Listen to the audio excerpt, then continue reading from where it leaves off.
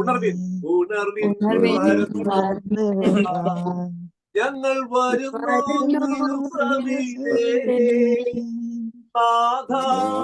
നിന്റെ വൻകൃപകൾ ഞങ്ങൾ അനുഗ്രഹിക്കൂ. നാഥാ നിന്റെ വൻകൃപകൾ ഞങ്ങൾക്ക് അനുഗ്രഹിക്കൂ. അവിടെ കർത്താവ് പറഞ്ഞു, നിനക്ക് എന്റെ കൃപ മതി. നിനക്ക് ഏത് അവസ്ഥയിലും നിനക്ക് വചനം പ്രഘോഷിക്കണോ, നിനക്ക് കർത്താവിനെ ആഴമായി മറ്റുള്ളവർക്ക് കൊടുക്കണോ, നീ ഒന്നിനെ കുറിച്ച് രചിക്കേണ്ട ആവശ്യമില്ല. ഏതവസ്ഥയിൽ രോഗിയാണോ, അല്ലെങ്കിൽ ഏതവസ്ഥയിലും നിനക്ക് എന്റെ കൃപ മതി എന്ന് പറഞ്ഞ അവസ്ഥയോട് പറയാൻ നമുക്ക് ഓർക്കാം. ആ കൃപയ്ക്ക് മേൽ കൃപ നിറഞ്ഞുകൊണ്ടാണ് നമ്മൾ ഈ പാടി ആരാധിക്കുന്നത്. അപ്പൊ അതുകൊണ്ട് നമുക്ക് ഏറ്റവും വലിയ വീണ്ടും പാടി നമ്മൾ ആഘോഷിക്കുകയാണ്. തിരുനാമം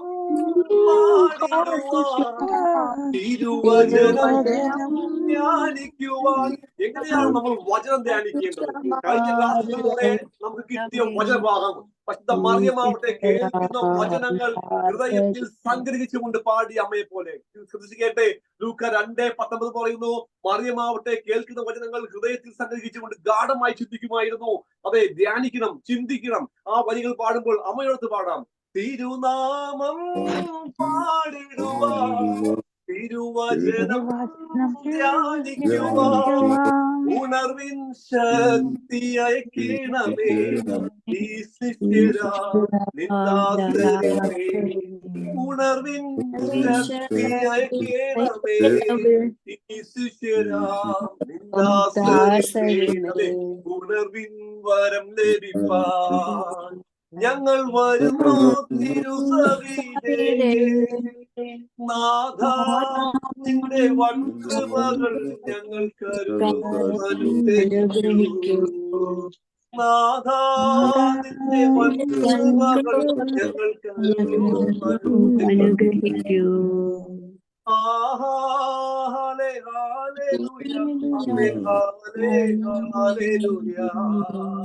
ആ യേശുവെ കണ്ടുകൊണ്ട് കണ്ണുകൾ അടച്ചുകൊണ്ട് ആ ഹൃദയം സ്വർഗത്തിലേക്ക് ഉയർത്തിക്കൊണ്ട് കരങ്ങൾ ഉയർത്തിക്കൊണ്ട് കർത്താവെ നമ്മൾ ആയിരിക്കുന്ന അവസ്ഥയിൽ നിന്നുകൊണ്ടൊന്ന് ശ്രദ്ധിച്ചു നോക്കി. ആ ഇനി വരാനിരിക്കുന്നവൻ അവൻ വീണ്ടും വരുമെന്ന് പറഞ്ഞാൽ അവൻ വീണ്ടും വരിക തന്നെ ചെയ്യും. ആ കർത്താവിനെ കണ്ടുകൊണ്ട് ആ കർത്താവിന് മറ്റുള്ളവർക്ക് പങ്കുവെച്ചു കൊടുക്കുവാൻ കൃപയ്ക്ക് മേൽ കൃപ നൽകി നമ്മൾ അനുഗ്രഹിക്കുന്ന നിമിഷങ്ങളെ ഓർത്തുകൊണ്ട് മറ്റൊരു ശ്രദ്ധിച്ചേ മക്കളെ, ഇടതേക്കരം നെഞ്ചോട് ചേർത്ത് വെച്ചോ.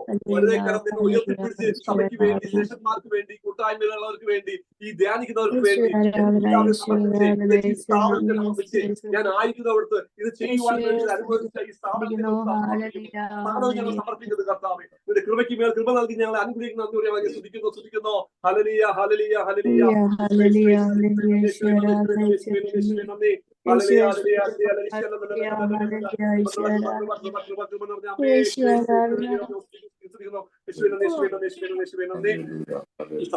ഈ സമയം ഒരിക്കൽ കൂടി ശാന്തമാകാം. എപ്പോഴും സങ്കീർത്തനങ്ങൾ 46:10 ധ്യാനിക്കണം, ശാന്തമാകുക, ഞാൻ ദൈവമാണെന്ന് അറിഞ്ഞ കർത്താവിന്റെ വചനം നമുക്ക് കേട്ടു നമ്മൾ.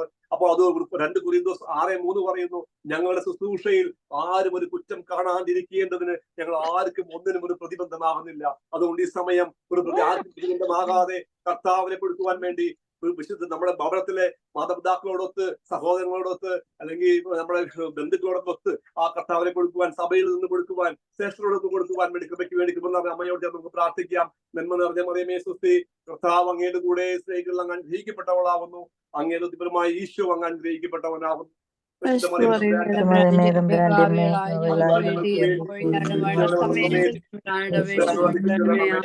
ഒരിക്കൽ കൂടി നമുക്ക് ഞാൻ ആയിരിക്കുന്ന അവസ്ഥ, ഞാൻ ജോലി ചെയ്യുന്ന സ്ഥാപനം, ഇവിടെ നിന്ന് ചെയ്യുവാൻ അനുവദിച്ച ഇതിന്റെ ഓണർമാരെ, ഈ സ്ഥാപനത്തെ അനുഗ്രഹിക്കണേ എന്ന് പ്രാർത്ഥിച്ചുകൊണ്ട് നമ്മളിവിടെ ആരും ഇല്ലെങ്കിൽ തന്നെ ആയാലും വിശുദ്ധാത്മാവിന്റെ അഭിഷേകം ഈ സ്ഥാപനത്തിൽ നിലനിൽക്കുവാൻ വേണ്ടി നിങ്ങൾ ആയിരിക്കുന്ന സ്ഥാപനങ്ങളും നിങ്ങൾ ചെയ്ത തൊഴിലൊക്കെ സമർപ്പിച്ച് എല്ലാ സമർപ്പിച്ചും നമ്മൾ പ്രാർത്ഥിക്കുന്നു. അമ്മയോട് ചേർന്ന് സദസ്യത്തോടെ ഒന്ന് പ്രാർത്ഥിക്കുന്നു. നന്മ നിറഞ്ഞ മറിയമേ സ്വസ്തി, കർത്താവ് അങ്ങയുടെ കൂടെ സ്ത്രീകൾ അങ്ങ് അനുഗ്രഹിക്കപ്പെട്ടവളാവുന്നു, അങ്ങയുടെ ഫലമായി ഈശോ അങ്ങ് അനുഗ്രഹിക്കപ്പെട്ടവനാവുന്നു.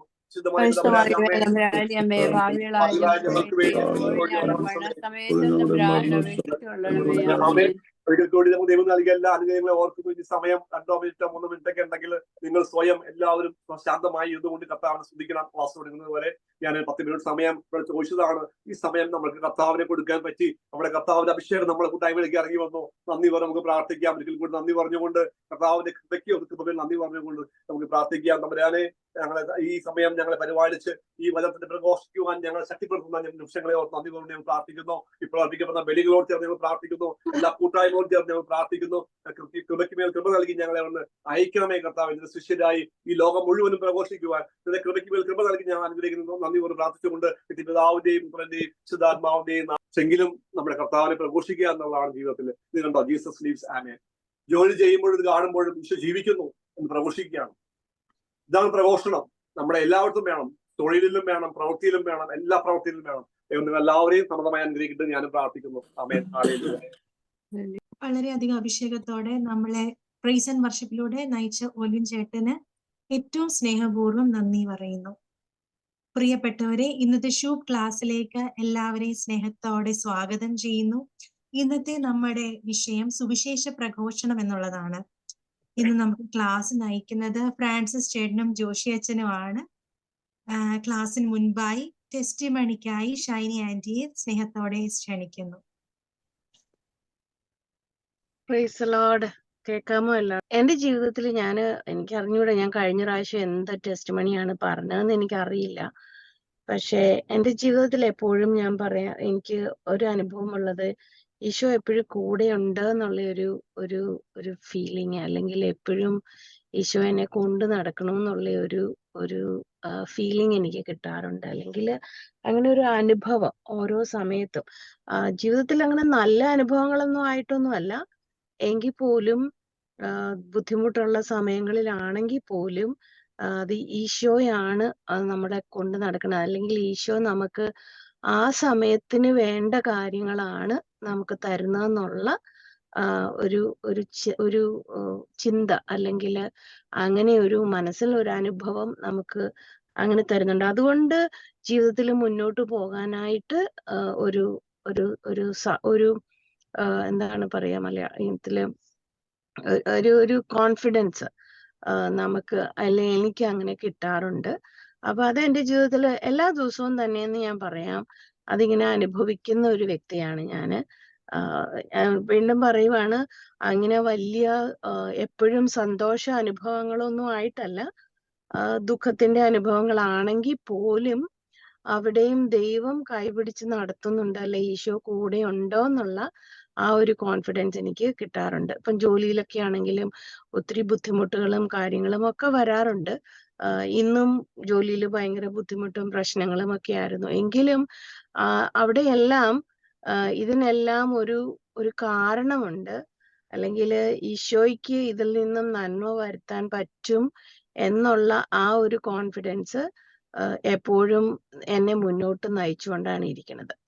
അപ്പം എപ്പോഴും ഐസയ 54:17 പിന്നെ ഡിറ്ററോണമി ദിനവൃത്താന്തം 28:7 ഇതൊക്കെ എന്റെ മനസ്സിലേക്ക് വരും.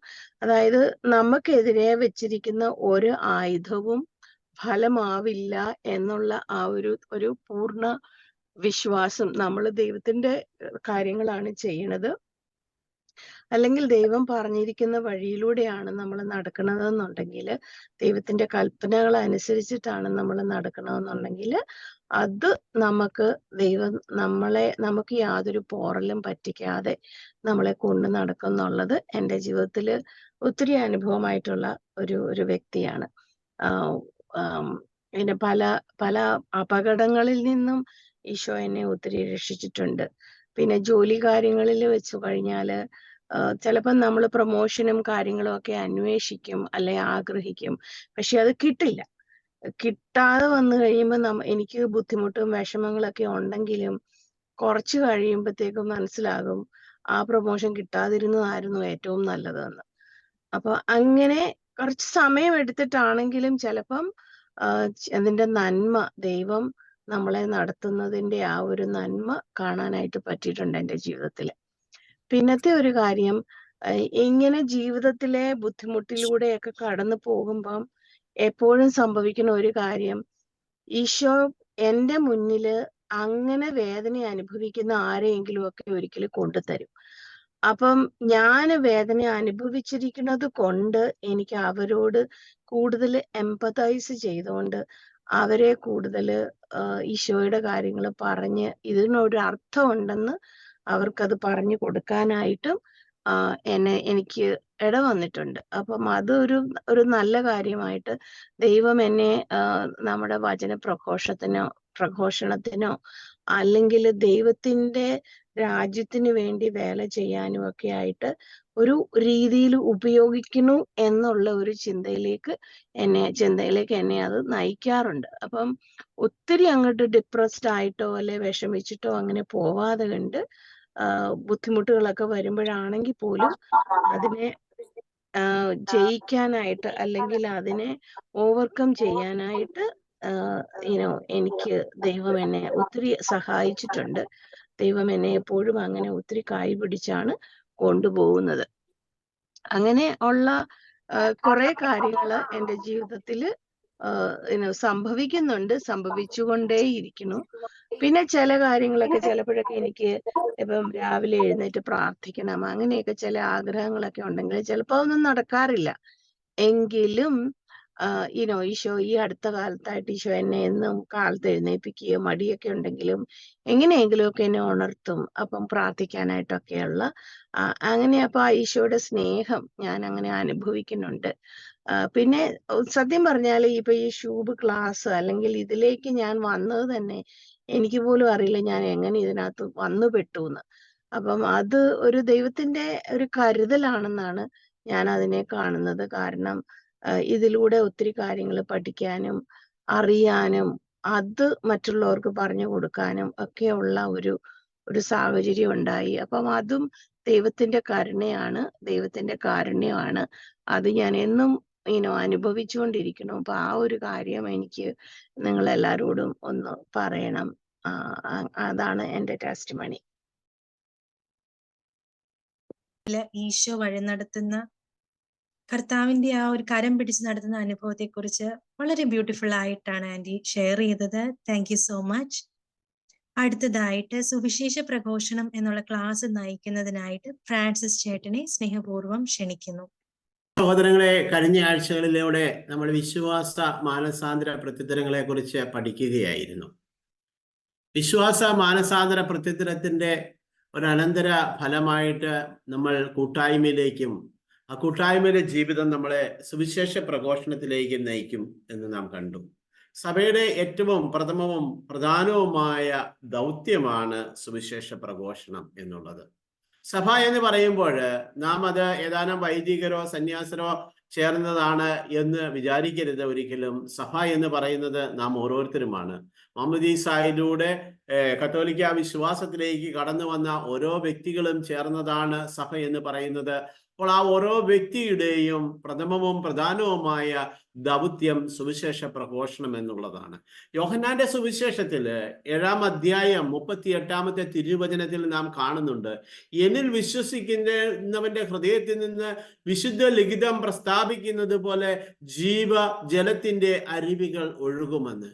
പ്രിയമുള്ള സഹോദരങ്ങളെ, ക്രിസ്തുവിനെ രക്ഷകനും നാഥനുമായി സ്വീകരിക്കുന്നവന്റെ വിശ്വാസ മാനസാന്തര പ്രത്യുത്തരങ്ങൾ നൽകുന്നവന്റെ ജീവിതത്തില് അവൻ അറിയാതെ സംഭവിക്കുന്ന ഒരു ജീവജലത്തിന്റെ ഒഴുക്കാണ് ഈ സുവിശേഷ പ്രഘോഷണം എന്ന് പറയുന്നത്. യേശുവിനെ കർത്താവും മിശിഹായും രക്ഷകനുമായി സ്വീകരിച്ച് പരിശുദ്ധാത്മാവിനാൽ നിറഞ്ഞ വ്യക്തികളുടെ ഉള്ളിൽ നിന്ന് അവർ അറിയാതെ പുറപ്പെടുന്ന ജീവജലത്തിന്റെ അരുവിയാണ് സുവിശേഷ പ്രഘോഷണം എന്ന് പറയുന്നത്. അതായത് നമ്മുടെ ഉള്ളിൽ നിന്ന് തന്നെ ദൈവത്തിന്റെ പരിശുദ്ധാത്മാവ് ഉള്ളിൽ നിന്ന് പുറത്തേക്ക് ഒഴുകുന്ന ആ ഒരു പ്രക്രിയയാണ് സുവിശേഷ പ്രഘോഷണം എന്ന് പറയുന്നത്. അതുകൊണ്ടാണ് അപ്പസ്തോല പ്രവർത്തനം 1-ാം അധ്യായം 8-ാം തിരുവചനത്തില് ഈശോ തമ്പുരാൻ പറയുന്നത്, എന്നാൽ പരിശുദ്ധാത്മാവ് നിങ്ങളുടെ മേൽ വന്നു കഴിയുമ്പോൾ നിങ്ങൾ ശക്തി പ്രാപിക്കും, ജെറുസലേമിലും യൂദയ മുഴുവനിലും സമരിയായിലും ഭൂമിയുടെ അതിർത്തികൾ വരെയും നിങ്ങൾ എനിക്ക് സാക്ഷികളായിരിക്കുകയും ചെയ്യും. സുവിശേഷ പ്രഘോഷണം എന്ന് പറയുന്നത് എന്താണെന്ന് ക്രിസ്തു അപ്പസ്തോലന്മാരെ അന്തിമമായി പറഞ്ഞു മനസ്സിലാക്കുന്നതാണ്. ഇത് പരിശുദ്ധാത്മാവ് വന്നു കഴിയുമ്പോൾ നമ്മൾ ശക്തി പ്രാപിക്കും. അങ്ങനെ ശക്തി പ്രാപിക്കുന്ന ഞാൻ ജെറുസലേമിൽ, അതായത് എന്നോട് തന്നെയും എൻ്റെ കുടുംബത്തോടും ഒപ്പം യൂദയായിൽ ഞാനായിരിക്കുന്ന സമൂഹത്തിൽ, എൻ്റെ ജോലി സ്ഥലത്തില്, അതുപോലെ അങ്ങനെ ഞാനുമായി ബന്ധപ്പെട്ടിരിക്കുന്ന, പേഴ്സണലായി ബന്ധപ്പെട്ടിരിക്കുന്ന എല്ലാവരുടെയും ഇടയിലും, വീണ്ടും സമരിയായിൽ, അതായത് ഞാനായിരിക്കുന്ന ആ സ്റ്റേറ്റിൽ, ആ രാജ്യത്ത് ഒക്കെയും ഭൂമിയുടെ അതിർത്തികൾ വരെയും, അതായത് ലോകത്തിന്റെ ആ അവസാനത്തോളം ഉള്ള എല്ലാ ജനങ്ങളോടും നിങ്ങൾ എനിക്ക് സാക്ഷികളായിരിക്കുക എന്നാണ് യേശു നമ്മോട് പറയുന്നത്. അതെ, പരിശുദ്ധാത്മാവിനാൽ സ്വീകരിച്ച നമ്മള് യേശുവിന്റെ വചനത്തിന് വിശ്വാസ മാനസാന്തര പ്രത്യുത്തരത്തിലൂടെ യേശുവിന്റെ വചനത്തിന് പൂർണ്ണമായി സമർപ്പിക്കുകയും അനുതപിച്ച് പാപങ്ങൾ ഏറ്റുപറഞ്ഞ് ആ അഭിഷേകത്തിലേക്ക് കടക്കുകയും ചെയ്യുന്ന ഓരോ വ്യക്തിയിലും അവൻ സാക്ഷ്യമായി മാറുകയാണ് ചെയ്യുന്നത് എന്ന് ഞാൻ ഓർക്കുകയാണ്. ഞാൻ എൻ്റെ ജീവിതത്തിലേക്ക് കടന്നു വരുമ്പോൾ ഒരു സംഭവം ഓർക്കുകയാണ്. ഞാൻ എൻ്റെ 18ാമത്തെ വയസ്സിലാണ് ഒരു നവീകരണ അനുഭവത്തിലേക്ക് കടന്നു വരുന്നത്. ആ നവീകരണ അനുഭവത്തിലേക്ക് കടന്നു വരുന്നത് വരെ വളരെ ഉൾവലിഞ്ഞ് ആരോടും അധികം സംസാരിക്കുവാനോ ഇടപെടുവാനോ ഒന്നും തയ്യാറാകാതെ ഒരു ഉൾവലിഞ്ഞ മനുഷ്യനായിരുന്നു. ഞാൻ പഠിച്ചിരുന്ന എൻ്റെ ആ കോളേജില് തന്നെ എൻ്റെ ഒന്നോ രണ്ടോ സുഹൃത്തുക്കളുടെ ഇടയിൽ മാത്രം, അവരുമായി മാത്രം ബന്ധമുണ്ടായിരുന്ന, എന്നെ പഠിപ്പിക്കുന്ന അധ്യാപകർക്ക് പോലും എന്നെ വ്യക്തമായി അറിയത്തില്ലാതിരുന്ന ഒരവസ്ഥയിൽ ജീവിച്ചിരുന്ന ഞാൻ ഈ നവീകരണ ആ അനുഭവത്തിലേക്ക് കടന്നു വന്നു കഴിഞ്ഞപ്പോൾ പുതിയൊരു വ്യക്തിയായി മാറുകയും ഞാനായിരുന്ന വിദ്യാലയത്തിൽ, ഞാനായിരുന്ന എൻ്റെ ഭവനത്തിൽ ഒക്കെയും യേശുവിന് സാക്ഷ്യമായി തീരുവാൻ സാധിക്കുകയും, തുടർന്ന് ഏതാനും ആഴ്ചകൾ കഴിഞ്ഞപ്പോൾ കൂട്ടുകളിലും കൂട്ടായ്മകളിലും ഗ്രൂപ്പുകളിലും വചനം പങ്കുവയ്ക്കുവാനായിട്ട് ഞാൻ ശക്തമായി തീരുകയും ചെയ്ത ഒരനുഭവം എൻ്റെ ജീവിതത്തിലുണ്ട്. അത് ഇപ്രകാരമുള്ള ഒരനുഭവത്തിലേക്കാണ് നമ്മെയും യേശു വിളിക്കുന്നത്. വീണ്ടും ലൂക്കായുടെ സുവിശേഷം 4-ാം അധ്യായം 43-ാം തിരുവചനത്തിലേക്ക് കടന്നു വരുമ്പോൾ നാം കാണുന്നുണ്ട്, എന്നാൽ അവൻ പറഞ്ഞു, മറ്റു പട്ടണങ്ങളിലും ഞാൻ ദൈവരാജ്യത്തിന്റെ സുവിശേഷം പ്രസംഗിക്കേണ്ടിയിരിക്കുന്നു, അതിനുവേണ്ടിയാണ് ഞാൻ അയക്കപ്പെട്ടിരിക്കുന്നത്.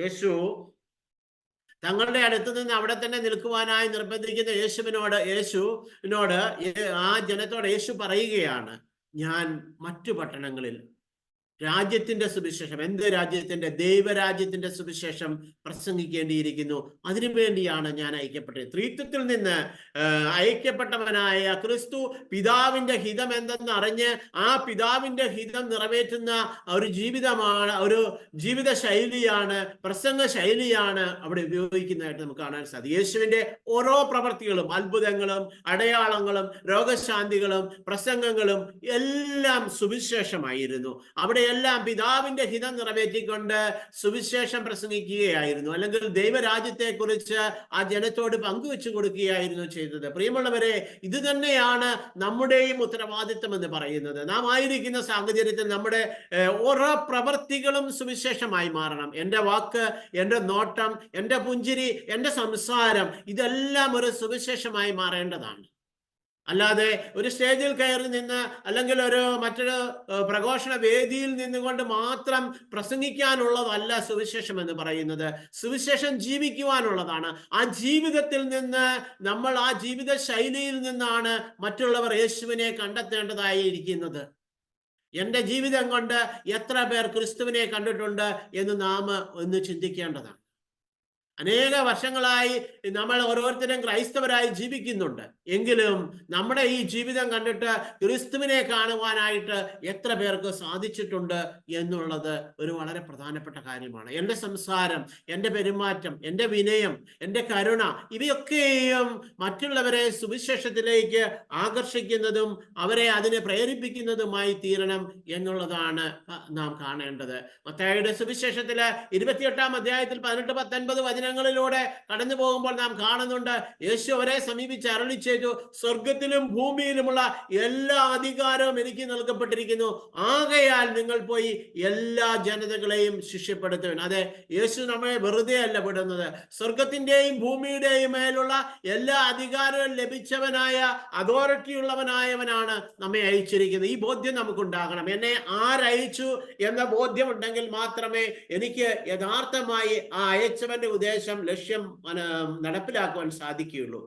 നമുക്കറിയാം, ഒരു കമ്പനി നമ്മളെ ഒരു റെപ്രസെന്റേറ്റീവായ ഒരു സ്ഥലത്തേക്ക് അയക്കുമ്പോൾ നമ്മുടെ ഉത്തരവാദിത്തം എന്താണ്? ഞാൻ എൻ്റെ ഉത്തരവാദിത്തം നിറവേറ്റണം. എൻ്റെ ഇഷ്ടങ്ങളോ എൻ്റെ ആഗ്രഹങ്ങളോ അല്ല ഞാൻ ഷെയർ ചെയ്യേണ്ടത്. പകരം എന്നെ അയച്ച കമ്പനിയുടെ ഉത്തരവാദിത്തങ്ങൾ, ആ കമ്പനി എന്താണ് അവിടെ നൽകാൻ ഉദ്ദേശിക്കുന്നത്, അത് ഞാൻ നൽകുമ്പോഴാണ് എൻ്റെ ആ പ്രവൃത്തി പൂർണ്ണമാകുന്നത്. മറ്റൊരു വാക്കിൽ പറഞ്ഞാൽ, നമുക്കറിയാം, എല്ലാ രാജ്യങ്ങൾക്കും മറ്റു രാജ്യങ്ങളിൽ അവരുടെ അംബാസഡർമാരുണ്ട്. അംബാസഡറുടെ ഉത്തരവാദിത്തം എന്താണ്? തൻ്റെ ഇഷ്ടമനുസരിച്ച് എന്തെങ്കിലും വിളിച്ചു പറയാനോ അല്ലെങ്കിൽ പ്രവർത്തിക്കുവാനോ അംബാസഡറിന് അധികാരമില്ല. ഇപ്പോൾ ഇന്ത്യ അല്ലെങ്കിൽ അമേരിക്ക നമ്മൾ എടുക്കുകയാണെങ്കിൽ, അമേരിക്കയുടെ ഒരു അംബാസിഡറിന് വേറൊരു രാജ്യത്ത് നിയമിക്കപ്പെട്ടിരിക്കുമ്പോൾ എന്താണ് അമേരിക്ക എന്നും എന്താണ് അമേരിക്കയുടെ ലക്ഷ്യങ്ങളെന്നും ആ രാജ്യത്ത് താനായിരിക്കുന്ന അംബാസിഡർ ആയിരിക്കുന്ന രാജ്യത്തെ ഭരണകൂടത്തോട്, അവിടുത്തെ ജനത്തോട് മനസ്സിലാക്കി കൊടുക്കുവാൻ, അവരുടെ അല്ലെങ്കിൽ ആയിരിക്കുന്ന അമേരിക്ക എന്ന രാജ്യത്തിന്റെ മുഖമായി മാറുവാനായിട്ടാണ് അവൻ നിയമിക്കപ്പെട്ടിരിക്കുന്നത്. ഇതുപോലെയാണ് നാം ഓരോരുത്തരും നിയമിക്കപ്പെട്ടിരിക്കുന്നത്. വീണ്ടും മർക്കോസിന്റെ സുവിശേഷത്തിൽ 6:15 അവൻ അവരോട് പറയുന്നുണ്ട്, നിങ്ങൾ ലോകമെങ്ങും പോയി എല്ലാ സൃഷ്ടികളോടും സുവിശേഷം പ്രസംഗിക്കുവിൻ. ഈ 2 തിരുവചനങ്ങളിലൂടെ കടന്നു പോകുമ്പോൾ നമുക്ക് കാണുവാൻ സാധിക്കും, ഒന്നാമത്തെ തിരുവചനത്തില് നാം കണ്ടത് ഇതാണ്, എല്ലാ ജനതകളെയും ശിഷ്യപ്പെടുത്തുവാനായിട്ട്. അതെ, യേശു എന്താണ് പറയുന്നത്? നമ്മൾ വെറുതെ സുവിശേഷം പ്രസംഗിച്ചു പോകുവാനായിട്ടല്ല, നമ്മൾ എല്ലാവരെയും എന്ത് ചെയ്യണം? ക്രിസ്തുവിന്റെ ശിഷ്യന്മാരായി മാറ്റണം. നമുക്കറിയാം, ഒരു ക്രിസ്തു ശിഷ്യനായ ഞാന് മറ്റൊരു വ്യക്തിയെ, ക്രിസ്തുവിനെ അറിഞ്ഞിട്ടില്ലാത്ത ഒരു വ്യക്തിയെ അവനിൽ വിശ്വസിക്കുന്നവനായി മാറ്റുക മാത്രമല്ല ചെയ്യേണ്ടത്, അല്ലെങ്കിൽ അവനെക്കുറിച്ച് പറഞ്ഞു കൊടുക്കുക മാത്രമല്ല ചെയ്യേണ്ടത്, അവന്റെ ശിഷ്യനായി മാറ്റണം. എന്താണ് ആ ശിഷ്യന്റെ ഉത്തരവാദിത്വം? ഗുരുവിന്റെ ഹിതം നിറവേറ്റുന്നവൻ. അതായത് നാം ഓരോ വ്യക്തികളെയും, സകല മനുഷ്യരെയും ക്രിസ്തു എന്ന ഗുരുവിന്റെ ലക്ഷ്യം, അല്ലെങ്കിൽ സ്വർഗരാജ്യം എന്ന ലക്ഷ്യത്തെ കുറിച്ച് പ്രസംഗിക്കുവാനും പ്രഘോഷിക്കുവാനും കഴിവുള്ളവനായി, പ്രാപ്തിയുള്ളവനായി രൂപപ്പെടുത്തുന്നവനായിരിക്കണമെന്നാണ് മത്തായിയുടെ സുവിശേഷത്തിൽ ഈശോ അവരോട് പറയുന്നത്. വീണ്ടും ലൂക്കായുടെ സുവിശേഷത്തിലേക്ക് വന്നപ്പോൾ എന്താണ് പറയുന്നത്? അവിടെ നാം കാണുന്നത്, എല്ലാ സൃഷ്ടികളോടും നാം എന്ത് ചെയ്യണം? സുവിശേഷം പ്രസംഗിക്കണം. എല്ലാ മനുഷ്യരെയും നാം ശിഷ്യരാക്കണം. എല്ലാ സൃഷ്ടികളോടും നാം സുവിശേഷം പ്രസംഗിക്കണം. ഇത് 2 ഉത്തരവാദിത്വങ്ങളാണ് ദൈവം നമ്മെ ഏൽപ്പിച്ചിരിക്കുന്നത്, സ്വർഗം നമുക്ക് തന്നിരിക്കുന്നത്. ഈ കടമകൾ, ഈ 2 കടമകൾ നിർവഹിക്കുന്നതിൽ നിന്ന് ഒരിക്കലും നമുക്ക് പിന്മാറുവാനായിട്ട് സാധിക്കില്ല. കാരണം അത് നമ്മുടെ കടമയാണ്. മമ്മുദീസായിലൂടെ നാം ദൈവവുമായുള്ള ആ ബന്ധത്തിൽ കടപ്പെട്ടവരായി തീർന്നിരിക്കുന്നത് എല്ലാ മനുഷ്യരെയും ശിഷ്യപ്പെടുത്തുവാനും സകല സൃഷ്ടികളോടും സുവിശേഷം പ്രസംഗിക്കുവാനുമായിട്ടാണ്. റോമർക്ക് എഴുതിയ ലേഖനം 8-ാം അധ്യായം 18-ാം തിരുവചനത്തിലൂടെ കടന്നു പോകുമ്പോൾ നാം ഇത് തന്നെയാണ് കാണുന്നത്. പൗലോസ്ലീഹ അവിടെ നമ്മെ ഓർമ്മിപ്പിക്കുകയാണ്, സൃഷ്ടിപ്രപഞ്ചം മുഴുവൻ വ്യർത്ഥതയ്ക്ക് അടിമപ്പെട്ടിരിക്കുന്നുവെന്നും ചരങ്ങളും അചരങ്ങളുമായി എല്ലാ പ്രപഞ്ച വസ്തുക്കളും ജീവജാലങ്ങളോടും ക്രിസ്തുവിനെ വെളിപ്പെടുത്തേണ്ടത് നമ്മുടെ ഉത്തരവാദിത്തമാണെന്നും അവിടെ നമ്മെ ഓർമ്മിപ്പിക്കുന്നുണ്ട്. അതേ പ്രിയമുള്ള സഹോദരങ്ങളെ, ചരങ്ങളും അചരങ്ങളുമായ സകല സസ്യങ്ങൾ, മൃഗങ്ങൾ, മണ്ണ്, മണല്, പാറ, കല്ല്, എന്ത് തന്നെയായാലും അവയെല്ലാം എന്താഗ്രഹിക്കുന്നു? അത് വ്യർത്ഥതയ്ക്ക് അടിമപ്പെട്ടിരിക്കുന്നു. ആ വ്യർത്ഥതയിൽ നിന്ന് മോചനം നേടുവാനായിട്ട് ആഗ്രഹിക്കുന്നു. അതിന് നാം എന്ത് ചെയ്യണം? അവയോടെല്ലാം ആ ക്രിസ്തുവിനെ കുറിച്ച് പങ്കുവെക്കുവാനായിട്ട് തയ്യാറാകണം. ഞാൻ ഓർക്കുകയാണ്, എൻ്റെ അനേക വർഷം എൻ്റെ ആത്മീയ ഗുരുവായിരുന്ന ഒരു വിൻസെന്റ് ബ്രദറുണ്ട്. അദ്ദേഹത്തോടൊപ്പം ഞാൻ അനേക യാത്രകൾ ചെയ്തിട്ടുണ്ട്. അപ്പൊ യാത്ര ചെയ്യുമ്പോൾ ഞാൻ വിദേശത്തായിരുന്നു. ഒമാൻ എന്ന് പറയുന്ന രാജ്യത്ത് നല്ല വേനൽക്കാലങ്ങളിൽ നല്ല ചൂടുണ്ട്, 48 ഡിഗ്രി ചൂടൊക്കെ ഉള്ളപ്പോൾ പോലും ആ മനുഷ്യൻ താനിരിക്കുന്ന സൈഡിലെ കാറിന്റെ ഗ്ലാസ് താഴ്ത്തിട്ടിട്ട് ഇങ്ങനെ പറയും, മരങ്ങളെ, കുറ്റികളെ, മണലാരുണ്യമേ, നിന്നോട് ഞാൻ പറയുന്നു, യേശുവാണ് കർത്താവ്. ഇതുപോലെ സകല സൃഷ്ടിയോടും സുവിശേഷം പറയുവാനുള്ള തീഷ്ണത നമ്മളിൽ ഉണ്ടാകണം. ഇത് പരിശുദ്ധാത്മാവിന്റെ അഭിഷേകത്തിലൂടെ നമ്മളിൽ സംഭവിക്കുന്നതാണ്. വീണ്ടും യോഹന്നാന്റെ സുവിശേഷം 20-ാം അധ്യായം 21-ാം തിരുവചനത്തിലൂടെ കടന്നു പോകുമ്പോൾ നാം കാണുകയാണ്, യേശു വീണ്ടും അവരോട് പറഞ്ഞു, നിങ്ങൾക്ക് സമാധാനം, പിതാവ് എന്നെ അയച്ചതുപോലെ ഞാനും നിങ്ങളെ അയക്കുന്നു. സ്വർഗം എന്ത് ദൗത്യത്തിന് വേണ്ടിയാണ് യേശുവിനെ അയച്ചത്? യേശുവിനെ അയക്കപ്പെട്ടത് യേശുവിലൂടെ ആദത്തിന്റെ പാപത്തിലൂടെ അധപ്പതിച്ചു പോയ മാനവ കുലത്തെ വീണ്ടെടുക്കുന്ന ആ രക്ഷാകര പദ്ധതിയുടെ പൂർത്തീകരണത്തിന് വേണ്ടിയാണ് യേശു ഭൂമിയിലേക്ക് അയക്കപ്പെട്ടത്. അതേപോലെ തന്നെയാണ് നമ്മളെയും അയച്ചിരിക്കുന്നത്. ഇന്ന് വ്യർത്ഥതയ്ക്കും ജീർണതയ്ക്കും പാപത്തിനും അധാർമികതയ്ക്കും അടിമപ്പെട്ടു പോയിരിക്കുന്ന ഈ ലോകത്തെ സകല മനുഷ്യരെയും വിശ്വാസത്തിലേക്കും പ്രത്യാശയിലേക്കും രക്ഷയിലേക്കും ദൈവരാജ്യത്തിലേക്കും നിത്യജീവനിലേക്കും അയക്കപ്പെടുവാൻ വേണ്ടി, അവരെ യോഗ്യരാക്കുവാൻ വേണ്ടി, അവരെ അതിനെക്കുറിച്ച് പഠിപ്പിക്കുവാൻ വേണ്ടിയാണ് ദൈവം നമ്മെയും അയച്ചിരിക്കുന്നത് എന്ന് നാം തിരിച്ചറിയേണ്ടിയിരിക്കുന്നു. ഇത് നമുക്ക് ആദിമസഭയിൽ കാണുവാൻ സാധിക്കും. ആദിമസഭ മുഴുവൻ മിഷണറി സഭയായിരുന്നു. അവർക്കൊരു ഉത്തമമായ ബോധ്യമുണ്ടായിരുന്നു. യേശുവിനാൽ അവർ അയക്കപ്പെട്ടവരാണെന്നും യേശു നൽകിയ ദൗത്യം നിർവഹിക്കുകയാണ് തങ്ങളുടെ ഉത്തരവാദിത്തമെന്നും ആദിമസഭയിലെ ഓരോ വ്യക്തിക്കും പൂർണ്ണമായ ബോധ്യമുണ്ടായിരുന്നു. വിശ്വാസികളുടെ സമൂഹത്തിലേക്ക് അനുദിനം കൂട്ടിച്ചേർക്കപ്പെട്ടിരുന്ന അവർ ഓരോരുത്തരും ഈ ആദിമസഭയിലെ അനുഭവത്തിലായിരുന്നു. അവരെല്ലാവരും അവർ ആയിരിക്കുന്ന സ്ഥലത്ത് അവർ കണ്ടുമുട്ടുന്നവരുടെ ഇടയിൽ എല്ലാം യേശുവിനെ പ്രഘോഷിക്കുന്നവരും പ്രസംഗിക്കുന്നവരുമായി തീർന്നു എന്ന് നമുക്ക് കാണുവാൻ സാധിക്കും. അതാണ് നമ്മൾ കാണുന്നത്. ചിതറിക്കപ്പെട്ടവർ എത്തിച്ചേർന്ന ഇടങ്ങളിലെല്ലാം ആത്മാവിന്റെ നിറവോടെ സുവിശേഷം വചനം പ്രസംഗിക്കുന്നതായിട്ട് നാം കാണുന്നുണ്ട്.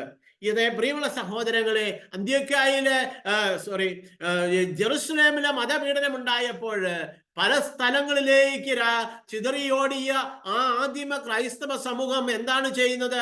തങ്ങൾ എവിടെ എത്തിയോ എന്തിനെ പ്രഘോഷിച്ചതിന്റെ പേരിൽ ആണ് അവർ ചിതറിക്കപ്പെട്ടതോ എന്നത് അവർ പരിഗണിക്കാതെ ക്രിസ്തുവിനെ പ്രഘോഷിച്ചതിന്റെ പേരിൽ ജെറുസലേമിൽ നിന്ന് ചിതറിക്കപ്പെട്ട ദൈവജനം തങ്ങൾ ചെന്ന സ്ഥലത്ത് ഇതേ അനുഭവം ഉണ്ടാകാൻ സാധ്യതയുണ്ട് എന്നറിഞ്ഞിട്ടും അവർ അതിനെ കാര്യമായി പരിഗണിക്കാതെ അവിടെയും യേശുവിനെ പ്രസംഗിക്കുവാൻ, രക്ഷയെ പ്രസംഗിക്കുവാൻ അവർ തയ്യാറായി. അതിന്റെ ഒറ്റ കാരണം ഇതാണ്: ഈ രക്ഷ എല്ലാ മനുഷ്യനും അത്യന്താപേക്ഷിതമാണെന്നും ആത്മാവാണ് വിലയുള്ളതെന്നുമുള്ള, ആ നിത്യജീവനാണ് മനുഷ്യന്റെ ആത്യന്തിക ലക്ഷ്യമെന്നുമുള്ളതായ ആദിമസഭയുടെ ബോധ്യം അവരെ അപ്രകാരം സുവിശേഷം പ്രസംഗിക്കുവാനായിട്ട്, ദൈവരാജ്യത്തെ കുറിച്ച് പ്രസംഗിക്കുവാനായിട്ട് പ്രേരിപ്പിച്ചു എന്നുള്ളതാണ്. ഈ ബോധ്യം നമുക്ക് ലഭിച്ചു കഴിഞ്ഞാൽ നമ്മളും അപ്രകാരമായി തീരും. എന്നാൽ പലപ്പോഴും നമുക്ക് ഈ ബോധ്യമില്ല. നമ്മൾ ഭയത്തിന്റെയും ആകുലതയുടെയും ഉത്കണ്ഠയുടെയും അടിമത്തത്തിലായിരിക്കുന്നു. കാരണം നമ്മൾ നമ്മെ തന്നെ ക്രിസ്തുവിന് സമർപ്പിച്ചിട്ടില്ല. മറ്റൊരു തരത്തിൽ പറഞ്ഞാൽ യഥാർത്ഥമായ ഒരു മാനസാന്തര പ്രത്യുത്തരം നമ്മുടെ ജീവിതത്തിൽ ഉണ്ടായിട്ടില്ല എന്നുള്ളതാണ്. വീണ്ടും സഭയുടെ ദൗത്യവും ഇത് തന്നെയാണ്.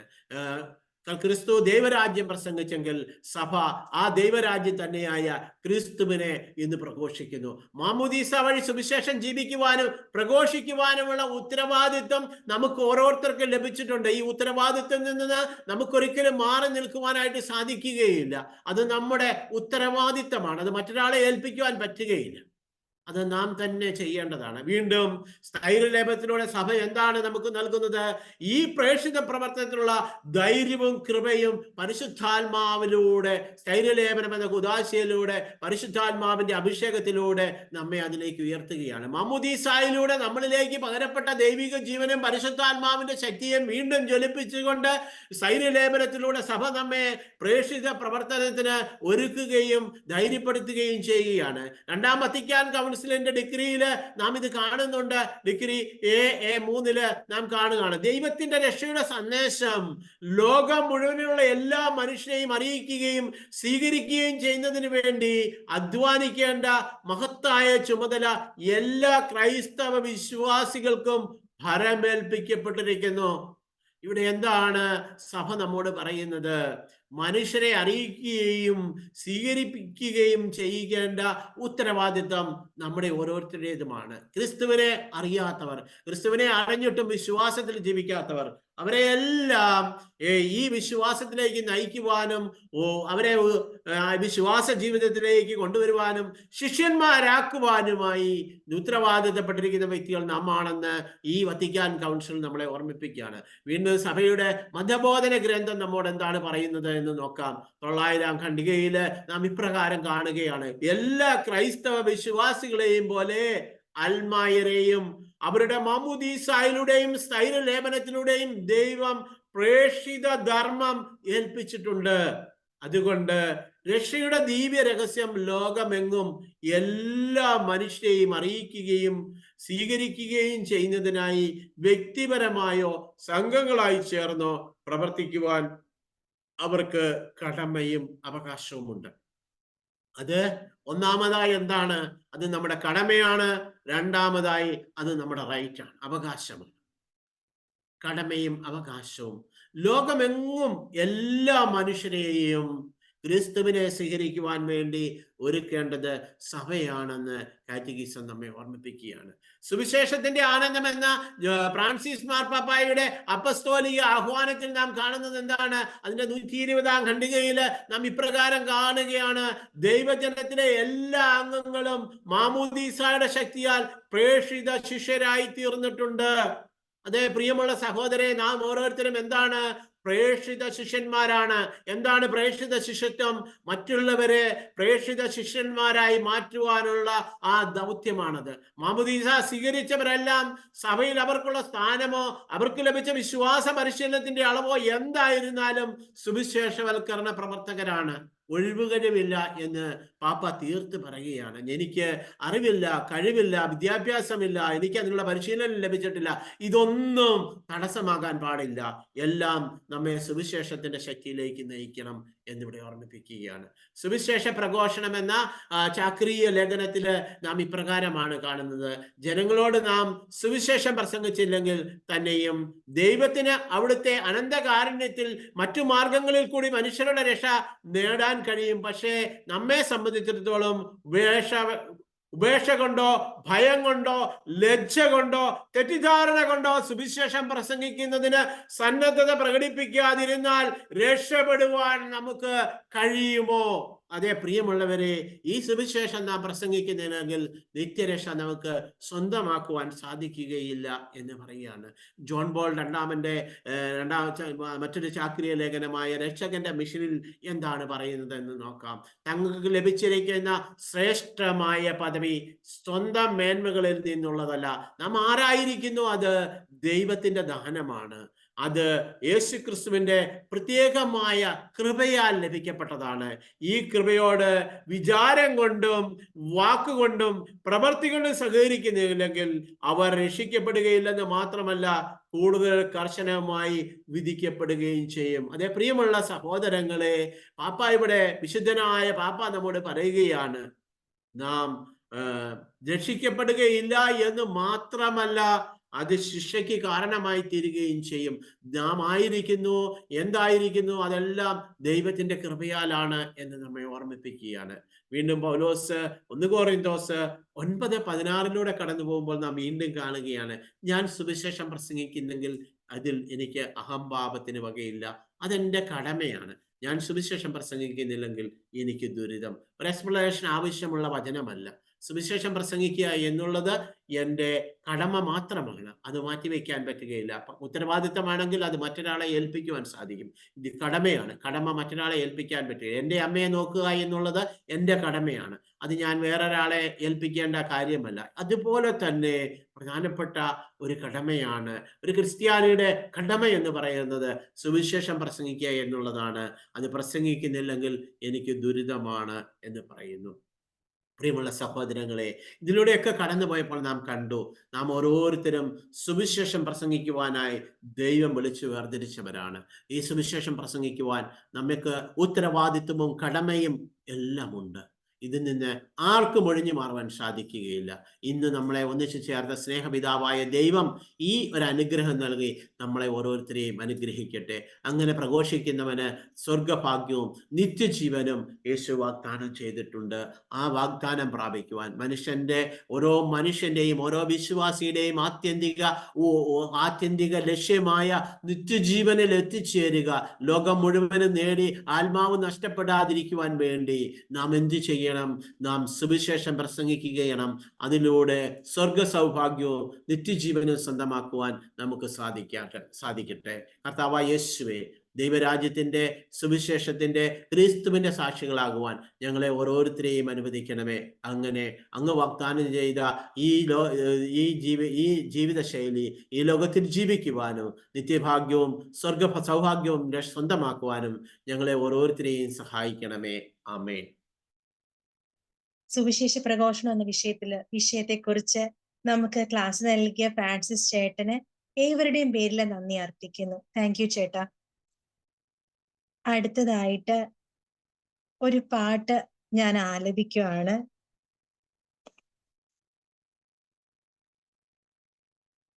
യേശുവിൻ തിരുപാദത്തിൽ ഇരുന്നു കേൾക്കാം തന്റെ വിശുദ്ധ വാക്യങ്ങൾ നമ്മുടെ ജീവനാം.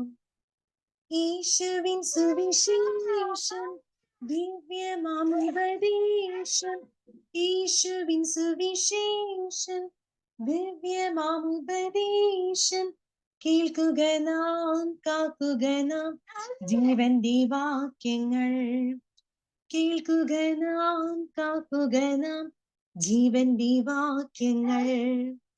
ദൈവഭജനം ജീവനും ശക്തിയുമാകയാൽ ആത്മരക്ഷയുണ്ടീവനും ഉള്ളത്തിൽ കൈക്കൊണ്ടാൽ. ആത്മമരണം മാറും നീതിയിൽ അവൻ വാഴും, ആത്മമരണം മാറും നീതിയിൽ അവൻ വാഴും. കേൾക്കുക നാം, കാക്കുക നാം ജീവന്റെ വാക്യങ്ങൾ. കേൾക്കുക നാം, കാക്കുക നാം ജീവന്റെ വാക്യങ്ങൾ. സത്യദൈവത്തിൻ ഭക്തന്മാർ വചനം കാക്കയാൽ സൽപ്രവർത്തിക്കു ശക്തന്മാർ ആകുന്നു നാൾക്കുനാൾ. ദൈവമുഖ പ്രസാദം നിത്യം അവർക്കാഹ്ലാദം, ദൈവമുഖ പ്രസാദം നിത്യം അവർക്കാഹ്ലാദം. കേൾക്കുക നാം, കാക്കുക നാം ജീവന്റെ വാക്യങ്ങൾ. കേൾക്കുക നാം, കാക്കുക നാം ജീവന്റെ വാക്യങ്ങൾ. അടുത്തതായി സുവിശേഷ പ്രഘോഷണം കുടുംബത്തിൽ എന്നുള്ള വിഷയത്തെക്കുറിച്ച് ക്ലാസ് നയിക്കുന്നതിനായി ബഹുമാനപ്പെട്ട ജോഷി അച്ഛനെ ഏറ്റവും സ്നേഹത്തോടെ സ്വാഗതം ചെയ്യുന്നു. സുവിശേഷ പ്രഘോഷണം കുടുംബത്തിൽ. ഞാന് നമ്മുടെ ആലിസൂട്ടി ചേച്ചി പറഞ്ഞ ഒരു കാര്യം കൊണ്ട് തുടങ്ങാം. അതായത് എന്താണെച്ചോ കല്യാണം, അത് ടീം ഫോർമേഷൻ അല്ലേ? എന്തിനുള്ള ടീം ഫോർമേഷൻ? മിഷനുള്ള ടീം ഫോർമേഷൻ. അപ്പൊ കല്യാണത്തെ മിഷന് വേണ്ടിയുള്ള ടീം ഫോർമേഷനായിട്ട് നിർവചിക്കുന്ന ഒരു രീതി ഒന്ന് ആലോചിച്ച് നോക്കി. 2 മിഷണറിമാർ കർത്താവ് 2 പേരായി അയച്ചു എന്നാണല്ലോ ബൈബിളില് നമ്മള് ശിഷ്യന്മാരെ വിടുന്ന കാര്യത്തിൽ കാണുന്നത്. 2x2. അപ്പൊ അത്തരത്തിലുള്ള ഒരു 2x2, ഒരു കൂദാശയുടെ 2x2, മിഷന് വേണ്ടിയുള്ള 2x2 ആണ് വിവാഹം എന്ന് പറയുമ്പോൾ ഇവിടെ ഒരു കുടുംബത്തിൽ പ്രേക്ഷിത പ്രവർത്തനം ആണ്. ആ കുടുംബത്തിന്റെ രൂപീകരണവുമായി ബന്ധപ്പെട്ട് പ്രേക്ഷിത പ്രവർത്തനമാണ് മുഖ്യ ലക്ഷ്യം എന്ന് വരുന്നത്. ഭാര്യയും ഭർത്താവും പ്രേക്ഷിത പ്രവർത്തനം നടത്തുന്നത് എവിടെയാണ്? ഭർത്താവ് ഭാര്യയോട് പ്രേക്ഷിത പ്രവർത്തനം നടത്തും, ഭാര്യ ഭർത്താവിനോട് പ്രേക്ഷിത പ്രവർത്തനം നടത്തും. ചുരുക്കി പറഞ്ഞാൽ 2 പേരും ജീവിതം കൊണ്ടും സാക്ഷ്യം കൊണ്ടും ശൈലികൾ കൊണ്ടും എല്ലാം പരസ്പരം ഈശോയെ പ്രഘോഷിക്കും. അങ്ങനെ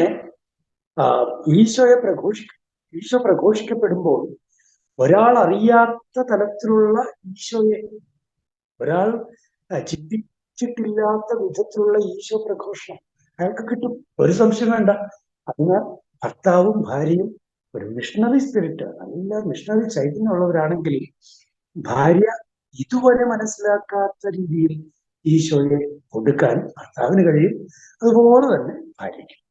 ഇനി ഇവർ രണ്ടുപേരും കൂടി ചേർന്ന് പിന്നെ ആരോടാ മിഷൻ ആരോടാ പ്രഘോഷിക്കേണ്ടത്? ഒന്നാമതായി തീർച്ചയായും അവരുടെ കുഞ്ഞുങ്ങളോടാണ്. അവര് മിഷണറിമാരായിരിക്കുന്നത് കുടുംബത്തിൽ ദമ്പതികൾ മിഷണറിമാരാണ്. ആർക്ക്? മക്കൾക്ക്. ഞാൻ ദൈവത്തിന് നന്ദി പറയുകയാണ്. നിങ്ങളുടെ മക്കൾക്ക് എങ്ങനെയാണ് സുവിശേഷം പ്രഘോഷിക്കുന്നത് എന്നറിയാൻ സന്തോഷമുണ്ട്. ഇത് നിങ്ങൾക്ക് ഇടപെടാവുന്ന ഒരു സമയമാണ്. നിങ്ങളുടെ കുഞ്ഞുങ്ങളോട് സുവിശേഷം പ്രഘോഷിക്കുന്നത് എങ്ങനെയാണ്? ആർക്കെങ്കിലുമൊക്കെ അൺമ്യൂട്ട് ചെയ്ത് പറയാവുന്നതാണ്. ചെറുപ്പത്തിൽ തന്നെ കുഞ്ഞുങ്ങൾക്ക് ക്രിസ്തുവിനെ കൊടുക്കണം. അത് പ്രാക്ടിക്കലായിട്ട് അവർക്ക് മനസ്സിലാവണം. അപ്പോൾ നമ്മൾ ജീവിക്കുന്ന രീതി അവർ കാണണം. നമ്മൾ എന്താണ് വിശ്വാസം, എങ്ങനെ നമ്മൾ പ്രാക്ടീസ് ചെയ്യുന്നു എന്നുള്ള അവർ കാണണം. അവർ കണ്ടു കഴിയുമ്പോൾ അവർ ചോദ്യങ്ങൾ ചോദിക്കണം. അപ്പം നമുക്ക് നമ്മുടെ ബോധ്യങ്ങളിൽ നിന്ന് അവരോട് സംസാരിക്കണം. അങ്ങനെ അവർ നമ്മുടെ കൂടെ എല്ലാ കാര്യത്തിലും, ഇപ്പൊ പള്ളിയിൽ പോകുമ്പോൾ അവർ പള്ളിയിൽ നമ്മുടെ കൂടെ വരുന്നുണ്ട്. നമ്മൾ പോകുമ്പോൾ അവർ വരുന്നു. പ്രാർത്ഥന എത്തിക്കുമ്പോൾ അവർ പറയാതെ തന്നെ വന്നിരിക്കുന്നു. അപ്പൊ അവൻ വചനം വായിക്കുമ്പോൾ അവർക്കും വചനം വായിക്കാൻ, അല്ലെങ്കിൽ അതിലെന്താ പറയുന്നതെന്നുള്ള അവർ ചോദിക്കുന്നു. അപ്പൊ അങ്ങനെ പങ്കുവെച്ചു പോകുമ്പോൾ ഈ കുഞ്ഞുങ്ങള് ആ ഒരു രീതിയിൽ കൃപയിൽ അവർക്ക് വളരാൻ സാധിക്കും. കാരണം ഈ ദൈവിക കൃപ അവരിലേക്ക് വരും. അപ്പൊ അതൊരു വലിയൊരു ശക്തമായിട്ടുള്ളൊരു എന്താ പറയാ, പ്രേക്ഷിത പ്രവർത്തനമായിട്ട് വരും. കുടുംബത്തിലെ ഒരു മിഷണറി ലൈഫായിട്ട് വരും അത്. ഓക്കെ, താങ്ക് യു അസ്പോൾ സാറേ. അത് നല്ല പല കാര്യങ്ങളും അതിൽ വന്നു. നല്ല ഒബ്സർവേഷൻസ്. ഒരു കുടുംബത്തിൽ മക്കൾക്ക് എങ്ങനെ മാതാപിതാക്കൾ സുവിശേഷം മക്കളോട് പ്രഘോഷിക്കാനാവും. ആർക്കെങ്കിലും എന്തെങ്കിലും കൂട്ടിച്ചേർക്കാവുണ്ടെങ്കിൽ പറയാം. സ്നേഹാന്തരീക്ഷം, പരസ്പരം സ്നേഹിച്ചും ക്ഷമിച്ചും ജീവിക്കുന്ന ഒരു അന്തരീക്ഷം കാണിച്ചു കൊടുക്കുക. അപ്പോൾ സ്നേഹ അന്തരീക്ഷം കുടുംബത്തിൽ ഭാര്യയും ഭർത്താവും പുലർത്തിയാൽ അത് അതിൽ തന്നെ ഒരു സുവിശേഷ പ്രഘോഷണമായി കുഞ്ഞുങ്ങൾക്ക് അനുഭവിക്കാനാവും. ഗുഡ്. പിന്നെ കുഞ്ഞു പിള്ളേർക്ക് ഞാനിങ്ങനെ ഈശോയുടെ ഫോട്ടോ കാണിച്ച് ഉമ്മ കൊടുപ്പിക്കും ഈശോയ്ക്ക്. ഉമ്മ അപ്പം ഇവനാണെങ്കിൽ കുഞ്ഞുവാവയാണെങ്കിൽ പോലും ഈശോയുടെ ഫോട്ടോ കാണുമ്പോൾ ഉമ്മ എന്ന് പറയും. മാതാവിന്റെ ഫോട്ടോ ഒക്കെ ഉമ്മ കൊടുക്കും. കുഞ്ഞാൽഫിയെ അങ്ങനെ ചെയ്യിപ്പിക്കാറുണ്ട്. രാവിലെ പ്ലേ സ്കൂളിൽ പോകുന്നതിന് മുമ്പ് രാവിലെ പ്രാർത്ഥിപ്പിക്കും. അവര് ചിലപ്പം പ്രാർത്ഥിക്കത്തില്ലായിരിക്കും, ഡിസ്ട്രാക്റ്റഡ് ആയിട്ടൊക്കെ നിൽക്കുമായിരിക്കും. പക്ഷേ ഈശോയുടെ അടുത്ത് കൊണ്ടുപോയി പറഞ്ഞു കൊടുക്കും. ചെറുതായിട്ട് അവർ കൊച്ചു ഭാഷയിൽ ചെറുതായിട്ട് ഈശോയെ കൂടെ വരണേ, പ്ലേ സ്കൂളിൽ വരണേ, കളിക്കാൻ വരണേ, അങ്ങനെ കുഞ്ഞതായിട്ടൊക്കെ അവനെ കൊണ്ട് പ്രാർത്ഥിപ്പിക്കും. പിന്നെ വചനം പറയിപ്പിക്കും. ഏതെങ്കിലും ഒരു വചനം, ബൈബിള് വായിപ്പിക്കും, വചനം വായിച്ചു കൊടുക്കുന്നത്. വെരി ഗുഡ്, താങ്ക് യു നിത്യ. അത് വളരെ പ്രാക്ടിക്കൽ ആയിട്ടുള്ള കാര്യങ്ങളാണ്. ഉമ്മ കൊടുക്കും, ഈശോയ്ക്ക് ഉമ്മ കൊടുക്കും, മാതാവിന് ഉമ്മ കൊടുക്കും. കുഞ്ഞിന്റെ മനസ്സിൽ ഈശോയെ പ്രതിഷ്ഠിക്കുന്നു, കുഞ്ഞിന്റെ മനസ്സിൽ വിശുദ്ധ കുരിശിനെ പ്രതിഷ്ഠിക്കുന്നു, കുഞ്ഞിന്റെ മനസ്സിൽ ബൈബിള് പ്രതിഷ്ഠിക്കുന്നു, കുഞ്ഞിന്റെ മനസ്സിൽ മാതാവിനെ, അതുപോലെ വിശുദ്ധന്മാരെ ഒക്കെ പ്രതിഷ്ഠിക്കുന്നു. നല്ല സുവിശേഷ പ്രഘോഷണം. ഇനി ആർക്കെങ്കിലും എന്തെങ്കിലും ഉണ്ടോ? എന്റെ അഭിപ്രായത്തില് മക്കള് എപ്പോഴും പേരൻസിനെ വാച്ച് ചെയ്യും. കുഞ്ഞുനാള് തൊട്ട് വാച്ച് ചെയ്യും. അവര് പതറുന്നുണ്ടോ, തളരുന്നുണ്ടോ, വാട്ട് ഈസ് ദിയർ പ്രയോറിറ്റി, അതൊക്കെ അവര് വാച്ച് ചെയ്യും. എനിക്ക് ഒരു 5 പ്രാവശ്യം എൻ്റെ ജോലി പോയി. അപ്പൊ ജോലി ഇല്ലായിരുന്നു. അപ്പൊ എനിക്ക് എൻ്റെ ഇളയ മോൾക്ക് വെപ്രാളം വരുമായിരുന്നു. അപ്പൊ ആക്ച്വലി എനിക്ക് ജോലിയില്ല എന്നുള്ള സങ്കടത്തെക്കാൾ എനിക്കൊരു ഓപ്പർച്യൂണിറ്റി കിട്ടി. ദൈവത്തോട് നീ പറഞ്ഞാൽ കിട്ടും എന്ന് അങ്ങനെ തൊട്ട് പറഞ്ഞ് ഇപ്പോഴും വല്ല ആവശ്യം വരുമ്പോ പറയാം, ഒന്ന് പ്രാർത്ഥിക്കണേ. ഫ്രണ്ട്സിന് വേണ്ടിയാണേലും പറയും പ്രാർത്ഥിക്കണേ.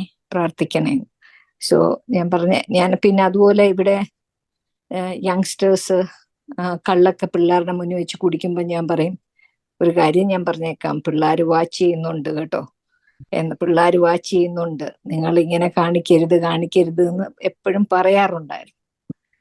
അത് ഇനോ സത്യം പറഞ്ഞാൽ അതൊക്കെ പിള്ളേരിൽ അഫക്റ്റ് ചെയ്യുന്നുണ്ട് പല ഫാമിലികളിലും. അപ്പൊ അതുകൊണ്ട് ഞാൻ പറഞ്ഞ എന്നാന്ന് വെച്ചാൽ, കൊച്ചുങ്ങൾ എപ്പോഴും നമ്മളെപ്പോഴും ഒരു മാതൃകയായിരിക്കും, എപ്പോഴും നമുക്കൊരു ബോധം ഉണ്ടായിരിക്കണം. എൻ്റെ മക്കളും ആണെങ്കിലും നമ്മളെക്കാട്ടും ചെറുപ്രായമുള്ളവരാണെങ്കിലും, മക്കൾ തന്നെ ആവണമെന്നില്ല, ആരായാലും നമ്മളെ വാച്ച് ചെയ്യുന്നുണ്ട്. You know any incident can be useful for bringing them to Jesus. Thank you. വളരെ മാതാപിതാക്കൾക്ക് ഉണ്ടാകേണ്ട ഒരു നിരന്തരമായ ഒരു ബോധമാണ് മക്കൾ കാണുന്നത്. ഞാൻ കർത്താവിനെ സ്നേഹിച്ച് കർത്താവിനോട് വലിയ ഭക്തിയോടെ ജീവിച്ച് മുന്നോട്ട് പോയാൽ എൻ്റെ കുഞ്ഞിനെ കാണുന്നുണ്ട്. അതിൽ തന്നെ കാഴ്ചയാണ് പ്രശ്നം. കാഴ്ച, എന്നെ കാണുന്നവൻ സുവിശേഷത്തെ കാണുന്നു അല്ലെങ്കിൽ കാണണം എന്നാണ് ചേച്ചി പറഞ്ഞു വെച്ചത്. വളരെ ഭംഗിയാണ് അത്. അപ്പോൾ കുടുംബത്തിൽ മാതൃകാപരമായി സാക്ഷ്യപരമായി ജീവിക്കാൻ കഴിയും. ഓക്കെ, ശരി, അങ്ങനെ നമുക്ക് മുന്നോട്ട് പോകാം. അപ്പോൾ നമ്മുടെ കുടുംബത്തിൽ കുഞ്ഞുങ്ങൾക്ക് സുവിശേഷം പകരുക, അതിന് ഞാൻ നിങ്ങളെ അഭിനന്ദിക്കുന്നത്, നിങ്ങളുടേതായ മെത്തേഡ്സ് നിങ്ങൾക്കുണ്ട്. നിങ്ങളുടേതായ മെത്തേഡ്സ് ഓർക്കണം, നിങ്ങൾക്കേ അതിന് ദൈവ തിരുസന്നിധിയിലും സഭയുടെ മുൻപാകെയും നിങ്ങൾക്കാണ് അവരുടെ സുവിശേഷവത്കരണത്തിന് ഉത്തരവാദിത്വമുള്ളത്. കാരണം ലാറ്റിൻ ലിറ്ററേച്ചർ അനുസരിച്ച് കല്യാണത്തിന് ചെക്കനും പെണ്ണും ഒക്കെ പള്ളിയിൽ എത്തിക്കഴിഞ്ഞാൽ, സുവിശേഷ പ്രഘോഷണമൊക്കെ കഴിഞ്ഞാൽ അച്ഛൻ ഇങ്ങോട്ട് ഇറങ്ങി വരും. ആഘോഷമായിട്ട് ചില ചോദ്യങ്ങളുണ്ട്. ആ ചോദ്യങ്ങളിൽ ഒരു ചോദ്യമാണ്, നിങ്ങൾക്കുണ്ടാകുന്ന കുഞ്ഞുങ്ങളെ സ്വീകരിക്കാൻ, ദൈവം നിങ്ങൾക്ക് തരുന്ന കുഞ്ഞുങ്ങളെ സ്വീകരിക്കാനും അവരെ ക്രിസ്തു വിശ്വാസത്തിൽ വളർത്തിക്കൊണ്ടുവരുവാനും നിങ്ങൾ സന്നദ്ധരാണോ എന്ന് ഒഫീഷ്യലായി സോളമായി നിങ്ങളോട് ചോദിക്കുന്നു. മൈക്കിലൂടെ നിങ്ങൾ പരസ്യമായി ഉത്തരം പറയുന്നു, ഞങ്ങൾ സന്നദ്ധരാണ്. അതായത് ഈ കൊച്ചിനോട്, ഞങ്ങൾക്കുണ്ടാകുന്ന കുഞ്ഞുങ്ങളോട് സുവിശേഷ പ്രഘോഷണം നടത്താൻ, സുവിശേഷ സാക്ഷ്യം നൽകാൻ ഔദ്യോഗികമായ ഉത്തരവാദിത്വം ഞങ്ങളുടേതാണ് എന്ന് പബ്ലിക്കായി നിങ്ങൾ പറയുകയാണ്. ഇനി മാമോദിസയ്ക്കായി കുഞ്ഞിനെയും കൊണ്ട് ദേവാലയത്തിലെത്തുമ്പോൾ പള്ളിയുടെ പുറത്തു നിർത്തി, പള്ളിയുടെ അകത്തേക്ക് കയറ്റുന്നതിന് മുമ്പാണ്, പുറത്തു നിർത്തി അച്ഛൻ ചോദിക്കും, എന്തിനു വേണ്ടിയാ കുഞ്ഞിനെ കൊണ്ടുവന്നിരിക്കുന്നത്? നിങ്ങൾ എന്താണ് ആഗ്രഹിക്കുന്ന കുഞ്ഞിന് വേണ്ടി? അപ്പൊ നിങ്ങൾ പറയും മാമോദിസ. അപ്പോഴ് അച്ഛൻ ചോദിക്കും, കുഞ്ഞിനെ മാമോദിസ മുക്കാൻ നിങ്ങൾ ആഗ്രഹിക്കുന്നു, ക്രിസ്തു വിശ്വാസത്തിൽ ഇവനെ അല്ലെങ്കിൽ ഇവളെ വളർത്തിക്കൊണ്ടുവരാൻ നിങ്ങൾ സന്നദ്ധരാണോ? രണ്ടാമത്തെ ചോദ്യമാണ്.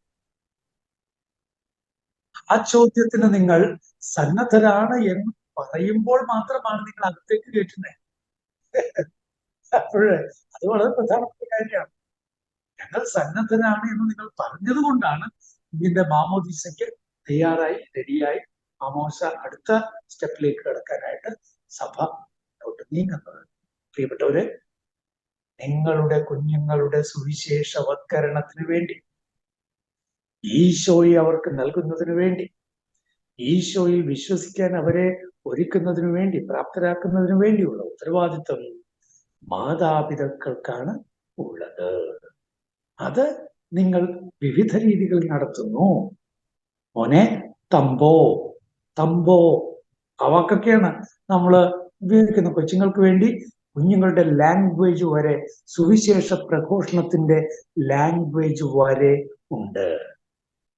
അത് കുട്ടിക്കുഞ്ഞായാലും 1 വയസ്സുള്ള കുഞ്ഞായാലും 2 വയസ്സുള്ള കുഞ്ഞായാലും 5 വയസ്സുള്ള കുഞ്ഞായാലും 10 വയസ്സുള്ള കുഞ്ഞായാലും ആ കുഞ്ഞുങ്ങൾക്ക് വ്യത്യസ്തങ്ങളായ ലാംഗ്വേജസ് ഉണ്ട്. The gospel languages. Gospel languages അത് തിരിച്ചറിയുക അല്ലെങ്കിൽ കണ്ടുപിടിക്കുക. ഓരോ ഭാഷയ്ക്കും ഓരോ ദേശത്തിനും വ്യത്യസ്തങ്ങളായ ലാംഗ്വേജ് ആയിരിക്കാം കണ്ടുപിടിക്കുക.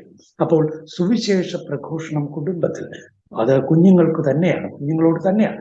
അവിടെയാണ് ജോസ് പോൾ സാർ നേരത്തെ പറഞ്ഞ ഓരോരോ കാര്യങ്ങൾ. പ്രാർത്ഥന കുടുംബത്തിൽ നിങ്ങൾ പ്രാർത്ഥിക്കുമ്പോൾ പ്രാർത്ഥിക്കാനുള്ള ആഗ്രഹം കുഞ്ഞിനും ഉണ്ടാകും, അല്ലെങ്കിൽ പ്രാർത്ഥനയുണ്ട്, എന്താണ് പ്രാർത്ഥന എന്നൊക്കെയുള്ള ചിന്തകൾ കുഞ്ഞിന് ഉണ്ടാകും. ജോസ് പോൾ സാർ വേറൊരു കാര്യം കൂടി പറഞ്ഞു, ചോദ്യങ്ങൾ ചോദിക്കുന്നു. കുഞ്ഞുങ്ങൾ ചോദിക്കാൻ തുടങ്ങി. സുവിശേഷ പ്രഘോഷണത്തിന്റെ മറ്റൊരു വശമാണ് ചോദ്യങ്ങൾക്ക് ഉത്തരം അവരുടെ പ്രായത്തിനൊത്ത ഉത്തരം നൽകുക എന്നത്. സുവിശേഷ പ്രഘോഷണം പ്രിയപ്പെട്ടവരെ 2 രീതിയിലുണ്ട്. ഏതൊക്കെയാണ് 2 രീതികൾ? ഒന്ന് കെരുഗ്മ, അതായത് കർത്താവിനെ കുറിച്ച് അറിഞ്ഞുകൂടാത്തവരോടുള്ള പ്രഘോഷണമാണ് കെരുഗ്മ. അപ്പോ നിങ്ങൾ കെരുഗ്മ നൽകിയിട്ടുണ്ട്. ഞാനൊന്നും അറിഞ്ഞുകൂടായിരുന്നു കർത്താവിനെ കുറിച്ച്, പക്ഷെ നിങ്ങൾ ആ കുഞ്ഞിനെ ആദ്യ സുവിശേഷം പറഞ്ഞു. അതായത് ആദ്യ സുവിശേഷം അടിസ്ഥാനപരമായി ഈശോ ആണ് രക്ഷകൻ എന്നുള്ളത് തന്നെയാണ്. ഈശോ ആണ് രക്ഷകൻ.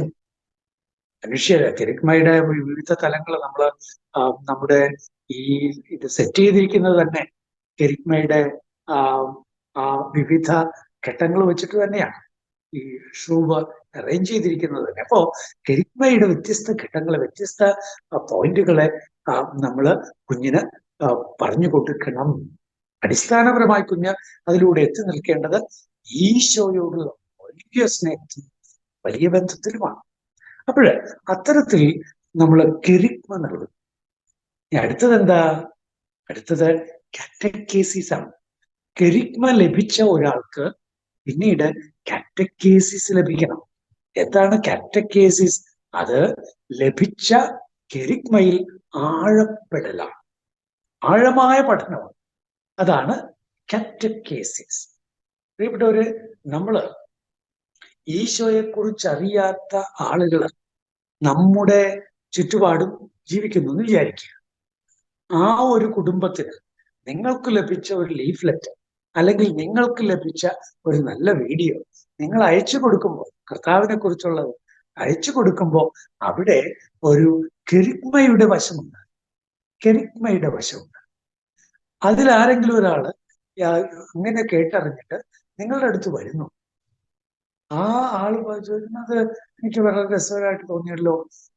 അത് ആ ഒരു സിസ്റ്റർ അത്രയും അപകടകരമായ ഒരു കാര്യത്തിന് വേണ്ടി ഇറങ്ങുകയും അവരെയൊക്കെ അതുപോലെ ഉണർത്തുകയും ചെയ്തല്ലോ.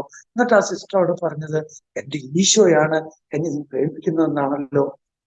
അപ്പൊ ഞാൻ നോക്കുമ്പോൾ നിങ്ങളുടെ ഇടയിൽ ഒത്തിരി ആളുകൾ ഇങ്ങനെ പോകുന്നുണ്ട്, എന്താണ് ഇതിന്റെ കാര്യം എന്ന് ചോദിച്ച് ഒരാള് വരുന്നു. അവിടെ നിങ്ങൾ കാറ്റക്കേസിസിലേക്കാണ് കിടക്കേണ്ടത്, അടുത്ത സ്റ്റെപ്പിലേക്കാണ് കിടക്കുന്നത്. അപ്പോൾ ഞാൻ പറഞ്ഞു വരുന്നത് കെരുഗ്മ ആൻഡ് കാറ്റക്കേസിസ്. അപ്പൊ മക്കളുടെ കാര്യത്തിൽ, കുടുംബത്തിൽ മക്കളുടെ കാര്യത്തിൽ ചോദ്യങ്ങൾ ചോദിക്കും. ഇത് പഴയ നിയമ ശൈലിയും അങ്ങനെ തന്നെയാണ് കേട്ടോ. അവിടെ ചില കർമ്മങ്ങൾ ഉണ്ടായിരുന്നു, ആചാരങ്ങൾ ഉണ്ടായിരുന്നു, ശരിയല്ലേ? ഒരു കാര്യം നമ്മൾ മനസ്സിലാക്കണം, പഴയ നിയമത്തിൽ ദൈവത്തെക്കുറിച്ച് പറയുന്നത് എന്താ? അബ്രാഹത്തിന്റെ ദൈവം, പിന്നെന്താ പറയുന്നത്? ഇസഹാക്കിന്റെ ദൈവം, പിന്നെന്താ പറയുന്നത്? യാക്കോബിന്റെ ദൈവം. അപ്പോ നിന്റെ പിതാക്കന്മാരുടെ ദൈവമാകുന്നു ഞാൻ എന്നാണ് ദൈവം വെളിപ്പെടുത്തുന്നത്. നിങ്ങളുടെ പിതാക്കന്മാരുടെ ദൈവം എന്താ അതിന്റെ അർത്ഥം? നിങ്ങളുടെ പിതാക്കന്മാരുടെ ദൈവം എന്ന് വെച്ചാൽ ദൈവത്തെ സാധാരണ രീതിയിൽ ഓരോരുത്തർക്കും ലഭിക്കുന്നത് പിതാവിൽ നിന്ന് മാതാവിൽ നിന്ന് കൈമാറി കിട്ടുന്ന ദൈവമാണ്. അത് ശ്രദ്ധേയമാണ്. പിതാവിൽ നിന്നും മാതാവിൽ നിന്നും കൈമാറി കിട്ടുന്ന ദൈവം. നിന്റെ പിതാക്കന്മാരുടെ, നിന്റെ മാതാക്കളുടെ ദൈവമാണ് ഞാൻ. ദൈവത്തിന് അങ്ങനെ അറിയപ്പെടാനാണ് ഇഷ്ടം. അതായത് നിന്റെ അപ്പൻ നിനക്ക് കൈമാറിത്തന്ന ദൈവമാണ് ഞാൻ, നിന്റെ അമ്മ നിനക്ക് കൈമാറിത്തന്ന ദൈവമാണ് ഞാൻ എന്നറിയപ്പെടാനാണ് ദൈവത്തിന് ഇഷ്ടം. ദൈവമേ, ഞങ്ങളിൽ അങ്ങ് എന്തുമാത്രം പ്രതീക്ഷ വയ്ക്കുന്നു. അപ്പോഴ് കെരിഗ്മയും കാറ്റക്കേസും പിന്നെ പഴയ നിയമത്തിൽ കൃത്യമായിട്ടുണ്ട്. നിങ്ങള് നടക്കുമ്പോഴും ഇരിക്കുമ്പോഴും അല്ല, ഡ്യൂട്രോണമിയിൽ വളരെ കാര്യമായിട്ട് നമുക്ക് കാണാൻ കഴിയുന്നുണ്ട്. ആവർത്തിച്ച് നിങ്ങൾ കുഞ്ഞിന് പറഞ്ഞു കൊടുക്കണം. ഷനാൻ ഷനാൻ ഷനാൻ എന്ന് പറഞ്ഞാൽ എന്താണെന്നറിയാവോ? നമ്മള് ഈ മൂർച്ച വെക്കുന്ന ഏർപ്പാടില്ല, അതാണ് ഷനാൻ. അതായത് കത്തിക്ക് മൂർച്ച വെക്കണ എങ്ങനെയാ? കത്തി ഇങ്ങനെ ഒരച്ചൊരച്ചൊരച്ച് അല്ലെങ്കിൽ ഒരു കറങ്ങുന്ന സാധനത്തിൽ ഇങ്ങനെ വെച്ചു കൊടുത്ത് വീണ്ടും വീണ്ടും വീണ്ടും വീണ്ടും വീണ്ടും ചെയ്താണ് മൂർച്ച വെക്കുന്നത്. അപ്പൊ കുഞ്ഞിന് വീണ്ടും വീണ്ടും വീണ്ടും വീണ്ടും പറഞ്ഞു കൊടുത്ത് ചെയ്തു കൊടുത്ത് സാക്ഷ്യം നൽകി വീണ്ടും വീണ്ടും ആ ഒരു ആവർത്തനത്തിന്റെ വശം ഇവിടെയുണ്ട്. എന്ന് മാത്രമല്ല, നെറ്റിയിൽ കെട്ടണം, കയ്യിൽ കെട്ടണം, എന്തൊക്കെയാ കണ്ടോ? അപ്പോൾ ഇനി കട്ടിള വാതിൽക്കൽ പതിപ്പിച്ചു വെക്കണം, വചനമേ പതിപ്പിച്ചു വെക്കണം. അതുകൊണ്ടാണ് മെസ്സൂസ എന്നൊക്കെ പറയുന്നത്. ഇസ്രായേലിൽ ചെന്നാൽ നമ്മള് ഒരു ഗേറ്റ് പുറത്തേക്ക് ഇറങ്ങുമ്പോൾ അവിടെ സൈഡിൽ ഇങ്ങനെ തൊട്ടിട്ട് ഇറങ്ങണേ. കാരണം എന്താ? അവിടെ മെസ്സൂസ ഉണ്ട്. അവ പോകുന്നതും വരുമ്പോഴും ഒക്കെ മനസ്സിൽ വചനം നിറയണം എന്നാണ്. അത്തരത്തിൽ അപ്പൊ അതിന്റെ വശമാണ് നമ്മുടെ വീട്ടിൽ നമ്മൾ ഉപയോഗിക്കുന്നത്. നമ്മുടെ വീട്ടിലിരിക്കുന്ന ചിത്രങ്ങൾ വളരെ ശ്രദ്ധേയമാണ് കേട്ടോ, അത് വളരെ ശ്രദ്ധിക്കേണ്ടതാണ്. നമ്മുടെ കുടുംബത്തിൽ വെക്കുന്ന ചിത്രം. ഞാൻ യൂറോപ്പിൽ 9 വർഷത്തോളം പഠിച്ചിരുന്നു. സത്യത്തിൽ അവിടെയുള്ള വീടുകളിലേക്ക് ചെല്ലുമ്പോൾ വലിയ സങ്കടം തോന്നാറുണ്ട്. എന്താണോ, അവിടെയുള്ള സംഗതി വലിയ ഫേമസ് ആർട്ടിസ്റ്റിന്റെ പടമൊക്കെ ആയിരിക്കണം, പക്ഷേ തുണിയില്ലാത്ത പെണ്ണുങ്ങളുടെ പടങ്ങളാണ് അവിടെ ഉള്ളത് പലയിടത്തും. ഞാൻ ജനറലൈസ് ചെയ്യുന്നതല്ല, പക്ഷെ ഞാൻ കണ്ട പല വീടുകളിലും അങ്ങനെയായിരുന്നു. കർത്താവിന്റെ ഒരു പടം പോലും, മാതാവിന്റെ ഒരു പടം പോലും. നമ്മള് ദൈവത്തിന് നമുക്ക് നന്ദി പറയണം. നമുക്ക് മത്തയോ ക്രൗലിയും കൂട്ടരും ഒക്കെ വന്ന് നമുക്ക് തിരുഹൃദയത്തിന്റെ രൂപം എല്ലാം വീട്ടിൽ അല്ലേ, അല്ലെങ്കിൽ തിരുക്കുടുംബത്തിന്റെ രൂപം.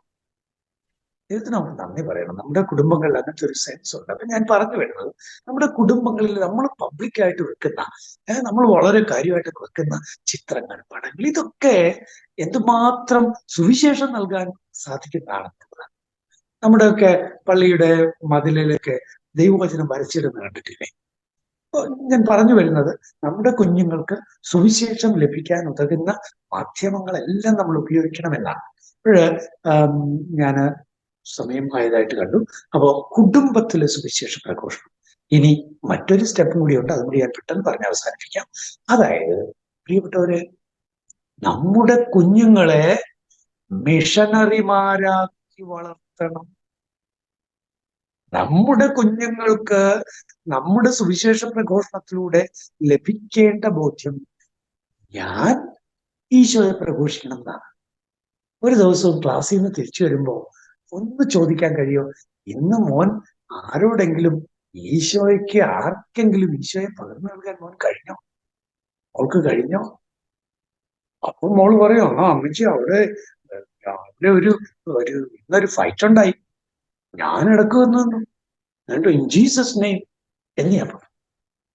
സി, വേറൊന്നും വേണ്ടെന്നേ, ഇൻ ജീസസ് നെയിം. കുഞ്ഞുങ്ങൾക്ക് അവരുടെ പ്രായത്തിനൊത്ത സുവിശേഷ പ്രഘോഷണത്തിനുള്ള താല്പര്യങ്ങൾ അവരിൽ ജനിപ്പിക്കുക. മിഷണറിമാരെ രൂപപ്പെടുത്തുന്ന ഇടമാണ് കുടുംബം. ടീം ഫോർമേഷൻ എന്ന് നേരത്തെ പറഞ്ഞത്, 2 പേര് കല്യാണത്തിൽ ഒന്നിക്കുന്നതിനെയാണെങ്കിൽ ഇതാ വലിയൊരു സ്ക്വാദ്രയാണ്, വലിയൊരു ടീമാണ്. അത് 5 പേരുണ്ടാകാം, 10 പേരുണ്ടാകാം, 15 പേരുണ്ടാകാം. ആ കുടുംബത്തിലെ എല്ലാ അംഗങ്ങളും സുവിശേഷ പ്രഘോഷണത്തിന്റെ അംഗങ്ങളാണ്, മിഷണറിമാരാണ്. ഞാൻ അവസാനിപ്പിക്കുന്നു. നിങ്ങളുടെ കുടുംബങ്ങളെല്ലാം സുവിശേഷ പ്രഘോഷണ വേദികളാവട്ടെ, മിഷണറി ഫോർമേഷന്റെ വേദികളാവട്ടെ. ഈശോ മിശിഹായ്ക്ക് സ്തുതിയായിരിക്കട്ടെ.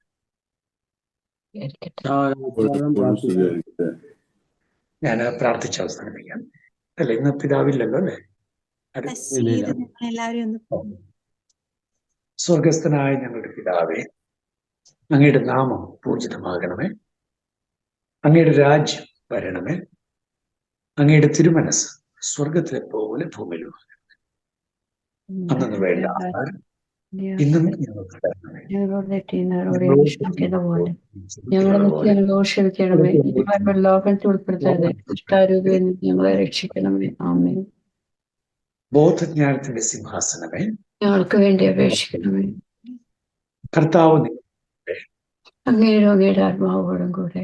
സർവശക്തനായ ദൈവം പിതാവും പുത്രനും പരിശുദ്ധാത്മാവും നിങ്ങളെ സമൃദ്ധമായി അനുഗ്രഹിക്കുമാറാകട്ടെ. ആമേൻ. ഈശ്വരശിയായ്ക്ക് സ്തുതിയായിരിക്കട്ടെ. അതിമനോഹരമായ ക്ലാസ്സിലൂടെ വളരെ അർത്ഥവത്തായി പ്രാക്ടിക്കലായിട്ടുള്ള ഒരുപാട് കാര്യങ്ങൾ നമുക്ക് പങ്കുവെച്ച് തന്ന സുവിശേഷ പ്രഘോഷണം കുടുംബത്തിൽ എങ്ങനെ നമുക്ക് കൂടുതലായി സാധ്യമാക്കാമെന്ന് നമുക്ക് ജോഷിയേഷൻ നമുക്ക് പങ്കുവെച്ചു. ഏവരുടെയും പേരിൽ അച്ഛന് സ്നേഹപൂർവ്വം നന്ദി അർപ്പിക്കുന്നു. അടുത്തതായി ഇന്നത്തെ ക്ലാസ് സെഷൻ കൺക്ലൂഡ് ചെയ്യുന്നതിനായി ഷിജു ചേട്ടനെ സ്നേഹത്തോടെ ക്ഷണിക്കുന്നു. നമ്മുടെ കർത്താവ് ഈശോ മിശിഹായിക്ക് സ്തുതിയായിരിക്കട്ടെ. നമ്മളിന്ന് വാസ്തവത്തിൽ ഏറ്റവും ആദ്യത്തെ ക്ലാസ് ദൈവരാജ്യത്തെ കുറിച്ചായിരുന്നു. രണ്ടാമത് നമ്മൾ പങ്കുവെച്ചത് സ്നേഹിക്കുന്ന ഒരു പിതാവ് നമുക്കുണ്ട്. അതാണ് നമ്മുടെ ഏറ്റവും വലിയ കരുത്ത്, ശക്തി, വലിപ്പം എന്നൊക്കെ പറയുന്നത്. ആ സ്നേഹിക്കുന്ന പിതാവ് നമ്മളെ വളരെ ആഴമായി സ്നേഹിക്കുന്നു. അത് അനുഭവിച്ച് നമ്മൾ പങ്കുവെക്കണമെന്നാണ്. വാസ്തവത്തിൽ ഇന്ന് സുവിശേഷ പ്രഘോഷണം എന്ന് പറയുമ്പോൾ അതിലേക്ക് തന്നെയാണ് നമ്മൾ തിരിച്ചു വരുന്നത്.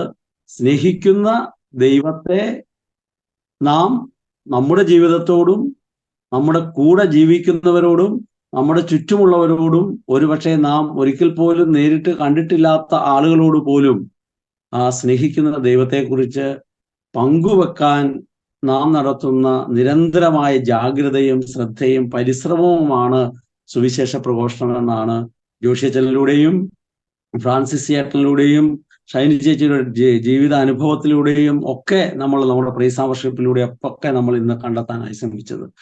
നിങ്ങൾക്ക് നിങ്ങളുടെ വീഡിയോ ഒന്ന് ഓണാക്കുകയാണെങ്കിൽ നമുക്ക് പരസ്പരം ഒന്ന് മുഖം കാണാമെന്നുള്ള ഒരു ഏറ്റവും നല്ല സുവിശേഷ പ്രഘോഷണ മാർഗം പരസ്പരം പുഞ്ചിരിക്കുന്നതാണെന്നാണ് പറയുന്നത്. മുഖം കാണാതെ എങ്ങനെയാണാവോ പുഞ്ചിരിക്കുക എന്നുള്ളതാണ് നമ്മൾ ഒരു ഓൺലൈൻ പുഞ്ചിരി. അതെ അതെ അതെ അതെ ഓൺലൈനിലെങ്കിലും വന്ന് പുഞ്ചിരിക്കാമല്ലോ എന്നുള്ളതാണ്. അതുകൊണ്ട് നിങ്ങൾക്ക് പറ്റുമെങ്കിൽ നിങ്ങളുടെ വീഡിയോ ഒക്കെ ഒന്ന് ഓണാക്കിക്കോ. അപ്പം ജോഷി നമ്മുടെ കുടുംബം ഒരു ഫോർമേഷൻ, ഒരു മിഷണറി ടീമാണ് എന്നൊക്കെ പറഞ്ഞു. ഞാൻ സുവിശേഷ പ്രഘോഷണത്തിന്റെ ഒരു പ്രഘോഷണം എന്ന 1975 പോളാറാമൻ പാപ്പയുടെ ടെക്സ്റ്റിലുള്ള ഒരു കാര്യം വായിക്കുകയാണ്. ക്രൈസ്തവരുടെ ഇടയിലുള്ള ഐക്യത്തിന്റെ സാക്ഷ്യമാണ് സുവിശേഷ വൽക്കരണത്തിന്റെ വിജയത്തിനുള്ള മാർഗമെന്ന് ഒരിക്കൽ കൂടി ഊന്നിപ്പറയുവാൻ ഞാൻ അഭിലഷിക്കുന്നു. ക്രൈസ്തവർക്കിടയിലുള്ള ഭിന്നത ക്രിസ്തുവിന്റെ പ്രവർത്തനത്തെ തടസ്സപ്പെടുത്തുന്ന ഗൗരവമായ ഒരു പ്രതിബന്ധമാണ്. ഈ ഭിന്നത എല്ലാ ജനങ്ങളോടും സുവിശേഷം പ്രസംഗിക്കപ്പെടണമെന്ന ഏറ്റവും പാവനമായ ദൗത്യത്തെ ശിഥിലമാക്കുന്നു. വളരെ പേർ വിശ്വാസം സ്വീകരിക്കുന്നതിന് അത് പ്രതിബന്ധമാവുകയും ചെയ്യുന്നു. അപ്പോൾ ഒരു ഐക്യത്തിന്റെ സാക്ഷ്യത്തെക്കുറിച്ചാണ് ഇത്. ആദ്യകാലങ്ങളിലൊക്കെ ഞാൻ വായിച്ചപ്പോൾ മനസ്സിലായത് ഈ ക്രൈസ്തവരുടെ ഇടയിൽ തമ്മിലുള്ള ഭിന്നത, അല്ലെ, വികാരിച്ചനും കപ്പ്യാരും തമ്മിലുള്ള ഭിന്നത, കൈക്കാരനും കമ്മിറ്റിക്കാരും തമ്മിലുള്ള ഭിന്നത, മാർപ്പാപ്പയും പുരോഹിതനും തമ്മിലുള്ള ഭിന്നത എന്നൊക്കെയാണ്. സാവധാനമാണ് എനിക്ക് മനസ്സിലായത്. എന്നാൽ ജോഷി അച്ഛൻ ഓർമ്മപ്പെടുത്തിയതുപോലെ സുവിശേഷം പ്രഘോഷിക്കേണ്ട ടീമാണ് ഭാര്യയും ഭർത്താവും. അവരുടെ ഇടയിൽ അവർ തമ്മിൽ ഭിന്നതയുണ്ടായാൽ, അവർ തമ്മിൽ ഇങ്ങനെ പരസ്പരം മുഖത്തോട് മുഖം നോക്കേണ്ടവർ തിരിഞ്ഞ് നോക്കി ജീവിച്ചാൽ, അവരുടെ ചുറ്റും ജീവിക്കുന്ന ജനം, നേരത്തെ പറഞ്ഞതുപോലെ മക്കൾ, സുവിശേഷം അറിയാൻ കഴിയാത്തവരാകും. അങ്ങനെ കഴിയാതെ വന്നാൽ അവർക്ക് സുവിശേഷം പങ്കുവെക്കാൻ കഴിയാതാകും. അപ്പൊ നമ്മുടെ ഭവനം സ്നേഹത്തിന്റെയും ഐക്യത്തിന്റെയും സമാധാനത്തിന്റെയും ഒക്കെ ഇടമായി വളരുന്നതിലൂടെ തന്നെ സുവിശേഷം പങ്കുവെക്കപ്പെടുന്നുണ്ട്. ഞാൻ ഈ ഇപ്പൊ പോർസിംഗ്യ ദണ്ഡവിമോചനത്തിന്റെ ദിവസങ്ങളാണല്ലോ, ഫ്രാൻസിസ് അസീസിയുടെ. എന്നെ വളരെ സ്വാധീനിച്ചിട്ടുള്ള വിശുദ്ധരിൽ ഒരാളാണ് ഫ്രാൻസിസ് അസീസി. വളരെ ധനാഢ്യനായ ഒരു മനുഷ്യൻ, പക്ഷെ കർത്താവിന്റെ സ്നേഹം, നമ്മൾ പറഞ്ഞ പോലെ പിതാവിന്റെ സ്നേഹം അസീസിയുടെ ജീവിതത്തെ മാറ്റി, അസീസിയുടെ മനോഭാവം മാറി. അസീസി മാനസാന്തരപ്പെട്ടു, ഭ്രാന്തനായി എന്നാണ് പറയുന്നത്. അതുവരെ വേറെ ഒന്നിനോടായിരുന്നു ഭ്രാന്തെങ്കിൽ ഇപ്പം കർത്താവിനോടുള്ള അഭിനിവേശവും ഭ്രാന്തുമായി. അങ്ങനെയല്ല, പൗലോസ് അപ്പോസ്തലൻ സാവൂൾ ക്രിസ്തുവിനെ ഏകദൈവത്തെ ആരാധിക്കുകയും അതിനെതിരാണ് ക്രിസ്തു വിശ്വാസം എന്ന് ധരിച്ച് ഭ്രാന്തായ ആവേശത്തോടെ ക്രിസ്തുവിൽ വിശ്വസിക്കുന്നവരെ ഇല്ലാതാക്കാൻ ശ്രമിക്കുകയും ചെയ്ത സാവൂൾ, പക്ഷെ ക്രിസ്തുവിന്റെ സ്നേഹം, ദൈവത്തിന്റെ സ്നേഹം ഈ സാവൂളിനെ മറ്റൊരു ഭ്രാന്തിലേക്ക് കൊണ്ടുപോയി. ആ ഭ്രാന്താണ് അദ്ദേഹം പറഞ്ഞത്, ആർക്കാ ക്രിസ്തുവിന്റെ സ്നേഹത്തിൽ തന്നെ വേർപെടുത്താൻ കഴിയുക? അത് ഞാൻ ഒരു കുടുംബത്തോട് ചേർത്ത് ഇങ്ങനെ ഒന്ന് ഷിഫ്റ്റ് ചെയ്യുമ്പോൾ, ആർക്കാണ് ഷിജുവിന് ക്രിസ്തുവിനോടുള്ള സ്നേഹത്തെ നഷ്ടപ്പെടുത്താൻ കഴിയുമോ? ക്ലേശമോ, ഭാര്യ നൈസിലോ, മക്കൾ ആഞ്ചലോയ്ക്കോ, സാമ്പത്തിക ബുദ്ധിമുട്ടുകൾക്കോ, ഒന്നിനും എൻ്റെ അയൽക്കാർക്കോ, ബന്ധുക്കൾക്കോ, സ്നേഹിതർക്കോ, വികാരിയച്ഛനോ, എൻ്റെ ശാരീരികമായ രോഗത്തിനോ, ഒന്നിനും എൻ്റെ ക്രിസ്തുവിൻ്റെ സ്നേഹത്തിൽ നിന്ന് എന്നെ വേർപെടുത്താൻ കഴിയില്ല എന്നതിലേക്ക് എൻ്റെ ജീവിതത്തെ ഉറപ്പിക്കുന്നതും അങ്ങനെ ഉറച്ചു നിന്ന് ജീവിച്ചുകൊണ്ട് സുവിശേഷം പങ്കുവെക്കുന്നതും പ്രധാനപ്പെട്ടതാണ്. ഈ ഫ്രാൻസിസ് അസീസി, ലിയോ ബ്രദർ വളരെ കമ്പാൻ. എനിക്ക് തോന്നുന്നു നമ്മുടെ ഭാര്യ ഭർത്തൃ ബന്ധത്തെയൊക്കെ ഈ രണ്ടെണ്ണത്തോട് ഇങ്ങനെ ചേർത്ത് വെക്കാം. അസീസി കാണുന്നത് പോലെയല്ല ലിയോ കാണുന്നത്. അപ്പൊ ഇവർ രണ്ടുപേരും കൂടെ ഇങ്ങനെ സുവിശേഷം പറഞ്ഞു പോവുകയാണ്. അപ്പം നല്ല തണുപ്പുള്ള സമയം. അപ്പൊ അന്ന് വൈകുന്നേരം ഒരു ആശ്രമത്തിൽ എവിടെയെങ്കിലും ചെല്ലുന്നിടം പിയാണ് കയറി താമസിക്കാമെന്ന് തീരുമാനിക്കുക. അപ്പോൾ അസീസി ഒരു കുസൃതി ചോദ്യം ചോദിക്കുകയാണ്, ലിയോ, ഇന്ന് നമ്മൾ താമസിക്കാൻ ചെല്ലുമ്പോൾ അവിടെ എന്ത് കിട്ടിയാലാണ് സന്തോഷമാകുന്നത്? നമ്മളങ്ങനെ ചോദിക്കുള്ളൂ ഭാര്യയോട്. ഇപ്രാവശ്യത്തെ ബർത്ത്ഡേക്ക് എന്ത് വാങ്ങിത്തന്നാലാണ് സന്തോഷമാകുന്നത്? വാങ്ങി കൊടുക്കാൻ ഉദ്ദേശിച്ചിട്ടല്ലെങ്കിലും ചോദ്യമുണ്ട്. അല്ലെ, പിള്ളേരോട് ചോദിക്കുക എന്നാ വാങ്ങണ്ടേ, നമ്മൾ ഫോണിൽ ചോദിക്കുക എന്നാ വാങ്ങിത്തരണം എന്നാ വിചാരിക്കുന്നത്. പിള്ളേര് പുട്ട് ഐസ്ക്രീം എന്ന് പറയുമായിരിക്കും. അല്ലെ, ഇന്നലെ എൻ്റെ പിള്ളേർ പറഞ്ഞു പുട്ട് ഐസ്ക്രീം വേണം.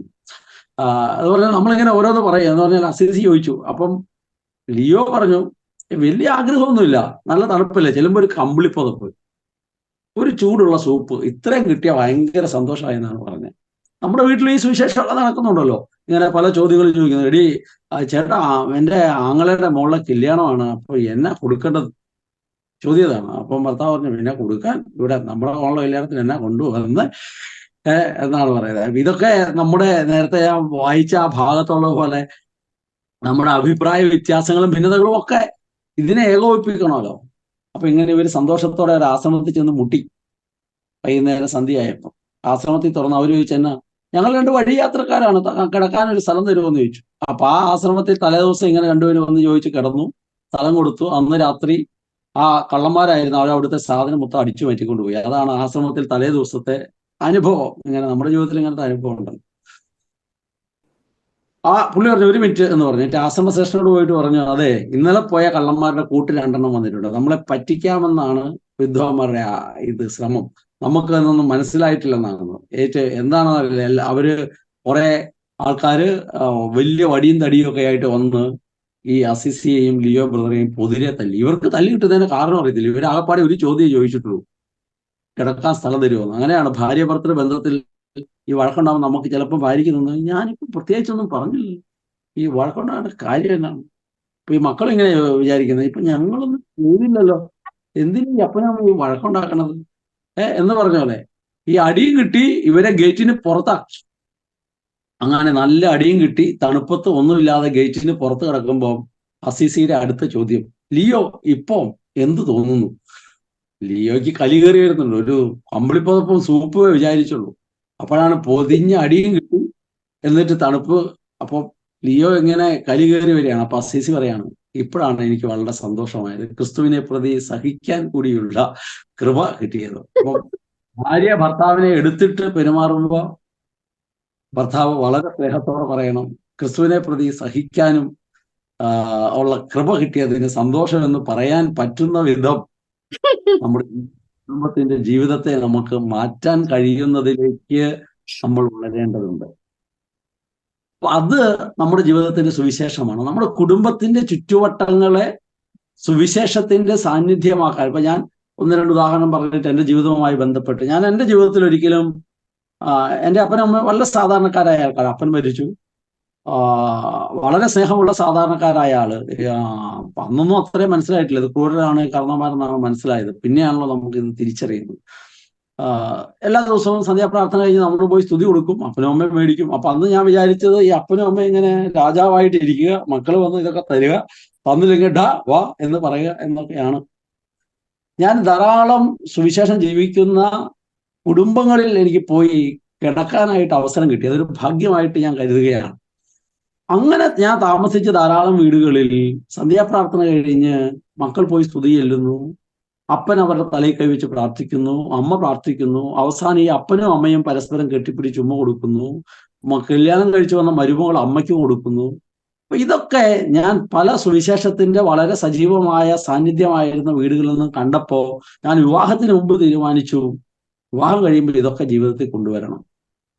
അപ്പോൾ എൻ്റെ ജീവിതത്തിൽ വന്ന് ഞാൻ കുടുംബം ആരംഭിച്ച് വളർന്നു വരുമ്പോൾ എല്ലാ ദിവസവും മക്കൾ വന്ന് സ്തുതി ചെല്ലണം. അപ്പം ഞാൻ കുറച്ചും കൂടെ അതിനെ ഒന്ന് ഈ സുവിശേഷം നമ്മുടെ ജീവിതത്തെ സഹായിക്കുമല്ലോ.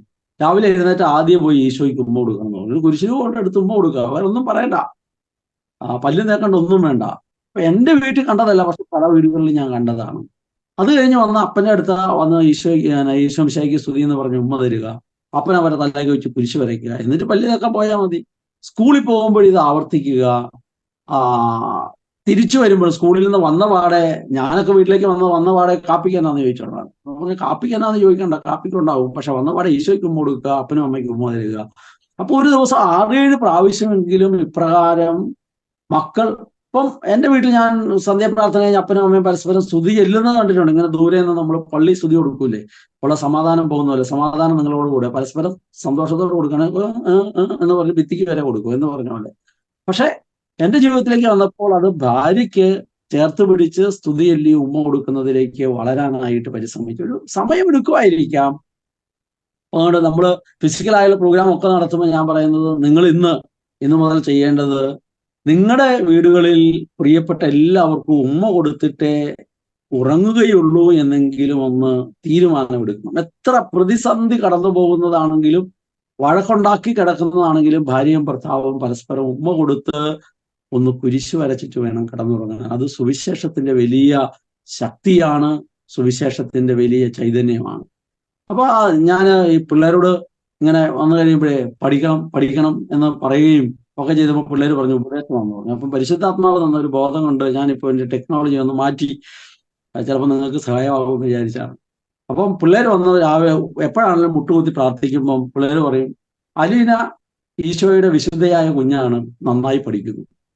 അത് അലീന 7 പ്രാവശ്യം പറയും. അപ്പൊ ഞാൻ 3 പ്രാവശ്യം കുരിശ് വരയ്ക്കും. ആമേൻ ആമേൻ ആമേൻ എന്ന് പറയും. അങ്ങനെ തന്നെ ആകട്ടെ എന്നാണ് നമ്മൾ പ്രാർത്ഥിക്കുന്നത്. അപ്പൊ നമ്മൾ ഉപദേശിക്കലല്ല, പക്ഷെ പിള്ളേര് വിശുദ്ധരാണെന്നും ഈശോയുടെ കുഞ്ഞാണെന്നും നന്നായി പഠിക്കണമെന്നും അവർ തന്നെ അവരോട് പറയുന്ന ഒരു കാര്യമാണ്. ഇതൊക്കെ നേരത്തെ ജോഷേച്ചൻ പറഞ്ഞ പോലെ നമ്മുടെ വീട്ടിൽ നമ്മുടേതായ രീതിയിൽ ഇതൊക്കെ പ്രാക്ടീസ് ചെയ്യപ്പെടാനായിട്ട് വരും. മറ്റൊന്ന്, എൻ്റെ വീട്ടിൽ ധാരാളം ആളുകളെ ഞാൻ വിളിച്ച് കൊണ്ടുവരാറുണ്ട്. ചിലപ്പോഴെങ്കിലും എന്നെക്കുറിച്ചുള്ള എൻ്റെ സൗഹൃദങ്ങളിൽപ്പെട്ടവരുടെ പരാതിയാണ്, നാട്ടിൽ പോകുന്ന സകലരെയും വീട്ടിൽ വിളിച്ച് കേട്ടുകയാണ്, പക്ഷെ എൻ്റെ വീട് മാറാനിടയായി.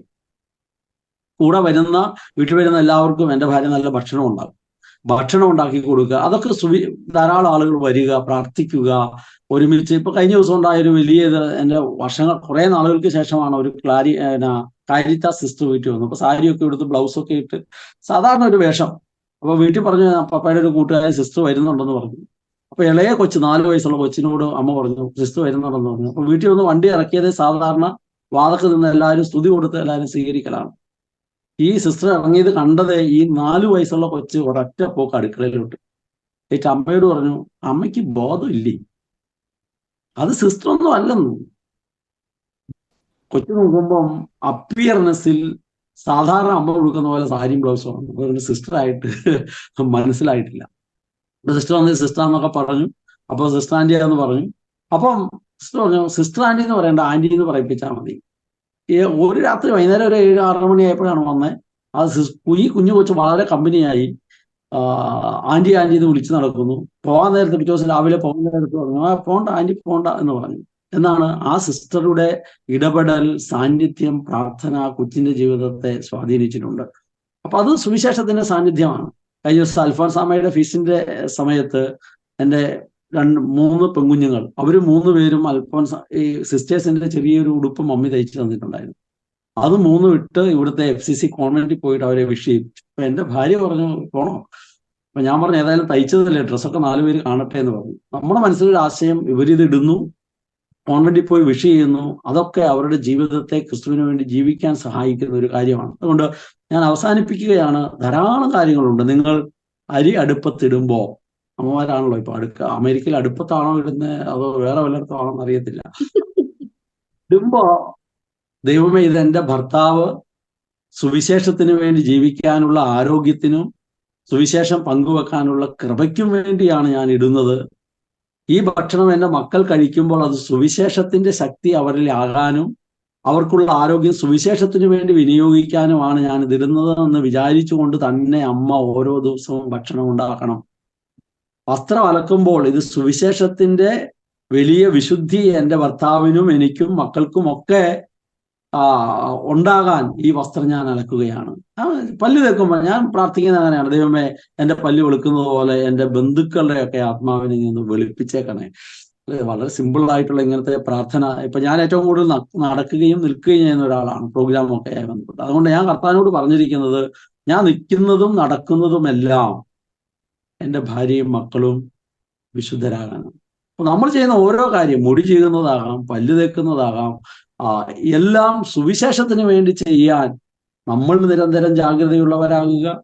നമ്മുടെ കുഞ്ഞുങ്ങളെ ആ ജാഗ്രതയിൽ നമ്മൾ പരിശീലിപ്പിക്കുക. ഞാൻ പറഞ്ഞ നിങ്ങളുടെ വീട്ടിലൊക്കെ സുവിശേഷവുമായി ബന്ധപ്പെട്ട് ജീവിക്കുന്ന മനുഷ്യരെ വെറുതെ വിളിച്ചു കയറ്റ് മുല്ലപ്പൂമ്പൊടി ഏറ്റ് കിടക്കും കല്ലിന് പോലും സൗരഭ്യമുണ്ട്. വെറുതെ കഴിയാ പോകുന്ന സുവിശേഷത്തിന്, വെറുതെ വികാരത്തിന് വെറുതെ വിളിച്ചു ചേർത്തിട്ട് പഞ്ചസാര ഇടാതെ കാപ്പി കൊടുത്താൽ മതി, ഷുഗർ ഉണ്ടാക്കണ്ട, ലാഭം ഉണ്ടാവുമല്ലോ നമുക്ക്. വെറുതെ നമ്മുടെ കൂടെ സുവിശേഷത്തിന്റെ മനുഷ്യർ നമ്മുടെ ചുറ്റുപാട് വരട്ടെ, നമ്മുടെ കുടുംബങ്ങളിൽ അവരുടെ സാന്നിധ്യം ഉണ്ടാകട്ടെ, നമ്മുടെ വീട് അങ്ങനെ സുവിശേഷത്തിന്റെ വലിയ ശക്തമായ സാന്നിധ്യമായി മാറട്ടെ. ആമേൻ.